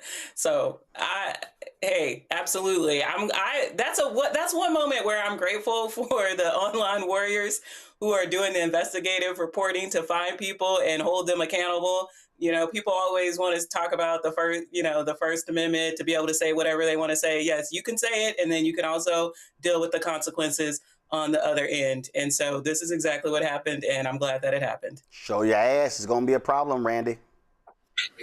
Absolutely. I get such joy. At least once a day, there is a situation like that, and people are losing their jobs left and right. I'm like, that racism sure is expensive, but you know, some people are married to it. But I get joy watching them having to have some consequences. Mustafa. Street justice is a good thing. If you're going to say it, be ready to pay it. And, you know, that seems to be the only thing that gets so many people's attention, unfortunately. They don't know how to be human. They don't know how to live their lives with kindness and dignity. But, you know, what they do respond to is when you hit them in the pockets. Oh, absolutely. Absolutely. All right, folks. Uncle Nearest and Nearest Green Distillery founder Fawn Weaver, who refers to herself as the People's CEO, apparently is out of a job in a new court filing disclosed on July 10th. The court-appointed receiver, Philip G. Young, Jr., who's overseeing the Trouble Whiskey Company, stated that Fawn and her husband, Keith Weaver, were terminated and removed from any involvement with Uncle Nearest, effective June 1st. This information was included in his fourth quarterly report. Young mentioned that removing the Weavers was not an easy decision, but it has led to less confusion within the company. The Weavers remain individual defendants in a lawsuit filed by Farm Credit Mid-America against the company. The lawsuit alleges more than $100 million in outstanding principal and it seeks the appointment of a receiver, a request that was granted in August 2025. Farm Credit claims that Uncle Nearest has been in default since January 2024. Young anticipates filing a notice of a proposed sale of the company's core assets within the next 30 to 60 days. Fawn Weaver launched Uncle Nearest in 2016. And the whiskey debuted in 2017. Since then, it has rapidly expanded into all 50 states and a dozen countries. It has been a lot of litigation back and forth over the last several months. She often is posting on social media about what is going on. And so look forward to hearing what is the next issue here. Certainly a story folks did not anticipate, but so we'll give the update when we can. Katrina, Randy, and Mustafa, I certainly appreciate y'all being on today's show. Thank you so very much. Thank you for having me. All right. Hey, folks, Lamont Bagby, he runs the Virginia Democratic Party, and when we were at the Commonwealth Gala, I had an opportunity to catch up with him as he laid out his strategy to keep winning in Virginia. Folks, Lamont Bagby heads the Virginia Democratic Party. For folks who don't understand what this event is, it's your annual event.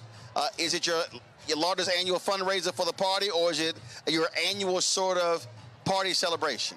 It is actually a little bit of both of them, as you can imagine. It is the event that we have annually. Used to be the J.J. Dunner. We changed the name to the Blue Commonwealth. It is a long-standing event. We haven't had it in this space in over 10 years. We moved it because it was getting bigger, but this year we wanted to bring it back and make it more intimate. Mark Warner, as you know, had a rough couple months. He lost his daughter, but he also announced that this will be his last time running. And I thought it was important for us to have an intimate event where we didn't have a keynote speaker from out of town. There's plenty of them to come from out of town, but we wanted to make sure. Because last year, Governor Westmore came and called us Southern Maryland, but we love Governor Moore and looking forward to supporting him. But we wanted to really highlight Mark Warner and also Don Scott, Jay Jones, Ghazala Hashmi, and Abigail Spanberger, because we had some tough races last year. And then, as you know, we won that referendum. Thanks for your support and coming and making sure we went to the HBCUs, including my HBCU, Norfolk State, to make sure that we got that word out. So I interviewed Democrat leader Hakeem Jeffries a couple of days ago. And when I interviewed him, he talked about, and I asked him about targeting black voters, hitting the ground, touching people. And he referenced what has happened in Virginia. He referenced the work that I've done with Don as well. And what have you been saying too? First of all, have other party leaders been asking, hey, what was y'all blueprint? I asked Don the question. He's like, not enough for asking that. But to me, if you are a state Democratic Party leader, your phone should be blowing off the hook, especially in all these states where you got lots of African Americans, asking the question, how did you expand your numbers in the House? Yeah. How did you hold the Senate? How did you win the governor's mansion? How did you flip these other statewide positions? And that's about touching, engaging, and spending on the ground with the black folks and not assuming they're going to show up. Yeah, well, and I just became chair of the party a year ago.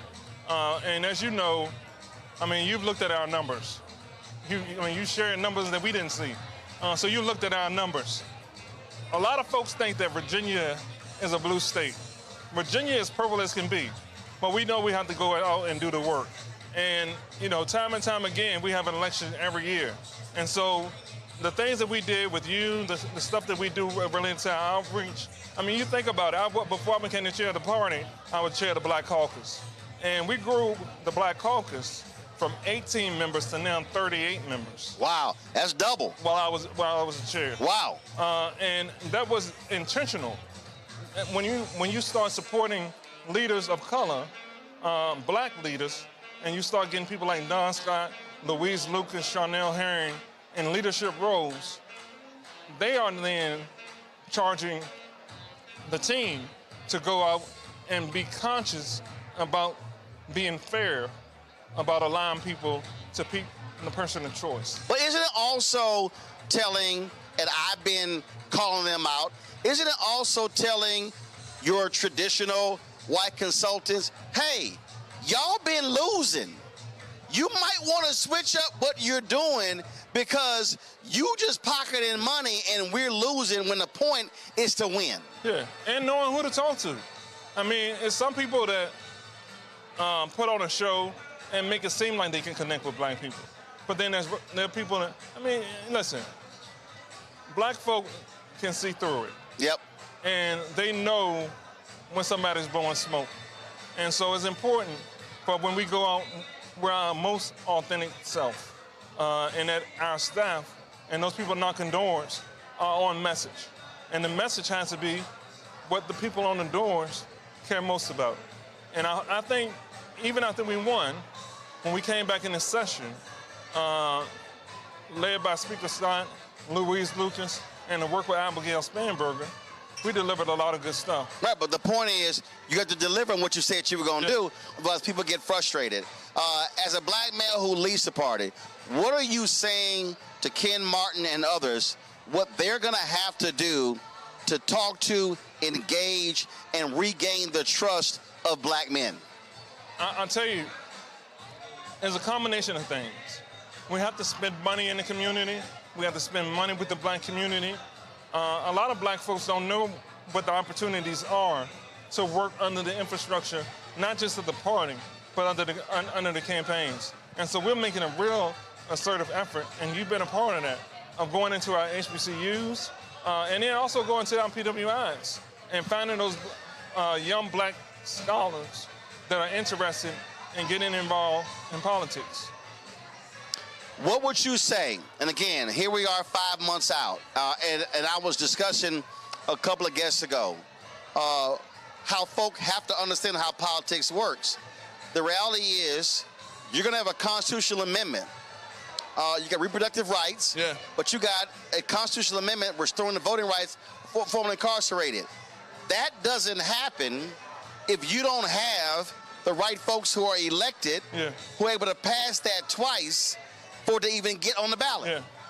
Yeah. And you know, we get lost in and not lost because it's important stuff. A lot of the stuff that we talk about first. But I carry legislation this year to finally make African American studies a high school course that's a verified credit. So now history, Black history will be taught in all of our high schools. Okay. As a verified credit, not just an elective, but as a verified credit. So that'll be a mandatory class. A mandatory class. Got it. And then the other thing is Sunday voting. Now why you didn't text me that? I didn't know about that about the African American Studies thing. Yeah. Y'all gotta tell a brother. See, I could have been talking about it. Yeah. So when does that go into effect? That goes into effect July 1. So when they go back for the school year in the fall, mandatory credit. Yes. Okay, got it. All right. And the other thing is, you know, when we talk to the ministers going into this campaign, you know, I carried legislation back in 2020 that would allow localities to do Sunday voting.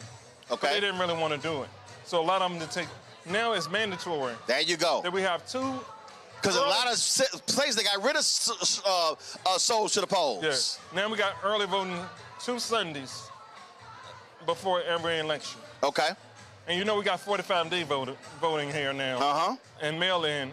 Those are all things we did under our trifecta the first time. And the point I've also raised is that we saw in 2020, when you expand access to the ballot, you're expanding the electorate. And Republicans have actually been on record as saying, if you expand the ballot, we lose. Yeah. So they want fewer folks voting. They want to scare them. Yeah.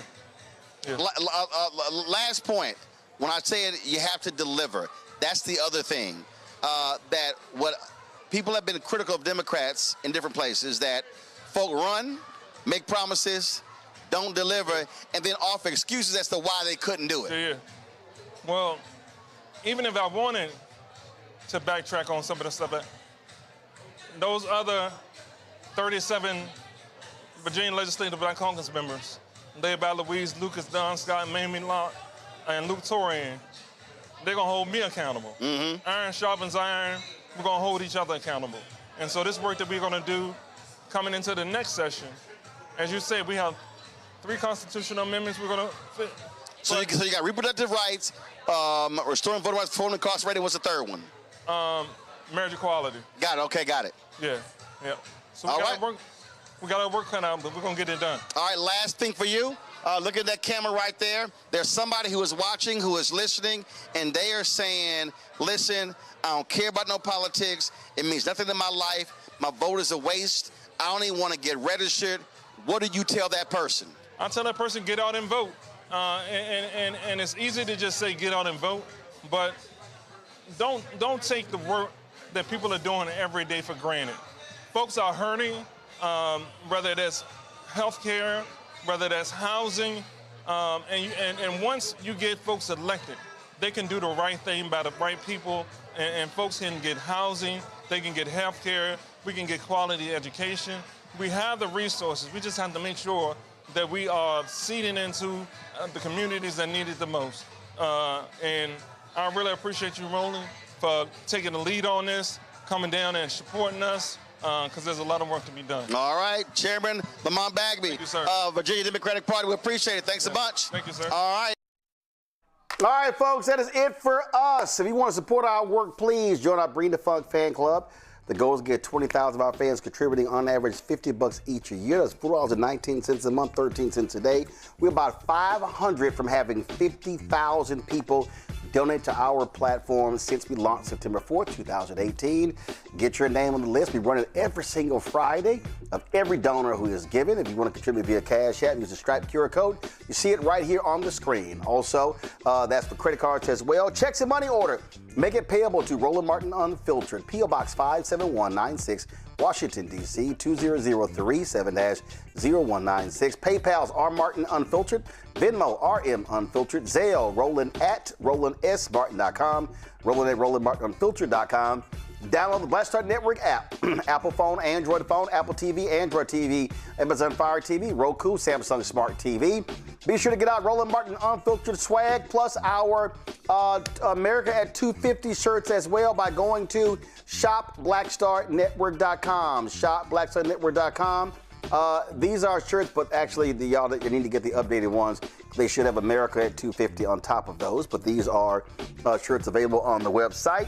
Of course, support our Black-owned products. Of course, we had the company, Tribe and Oak, just had them, and their candles right here, as you see.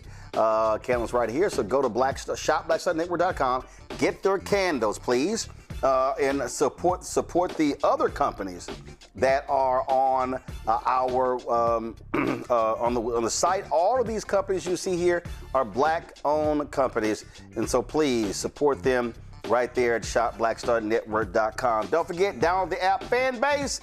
Follow me at Roland S. Martin. Folks, I appreciate it. And also, I'm rocking today Alabama A&M University. Now, y'all told y'all, if y'all go to HBCU and you don't see me wearing your HBCU, that ain't my problem. That means I ain't being invited to your campus.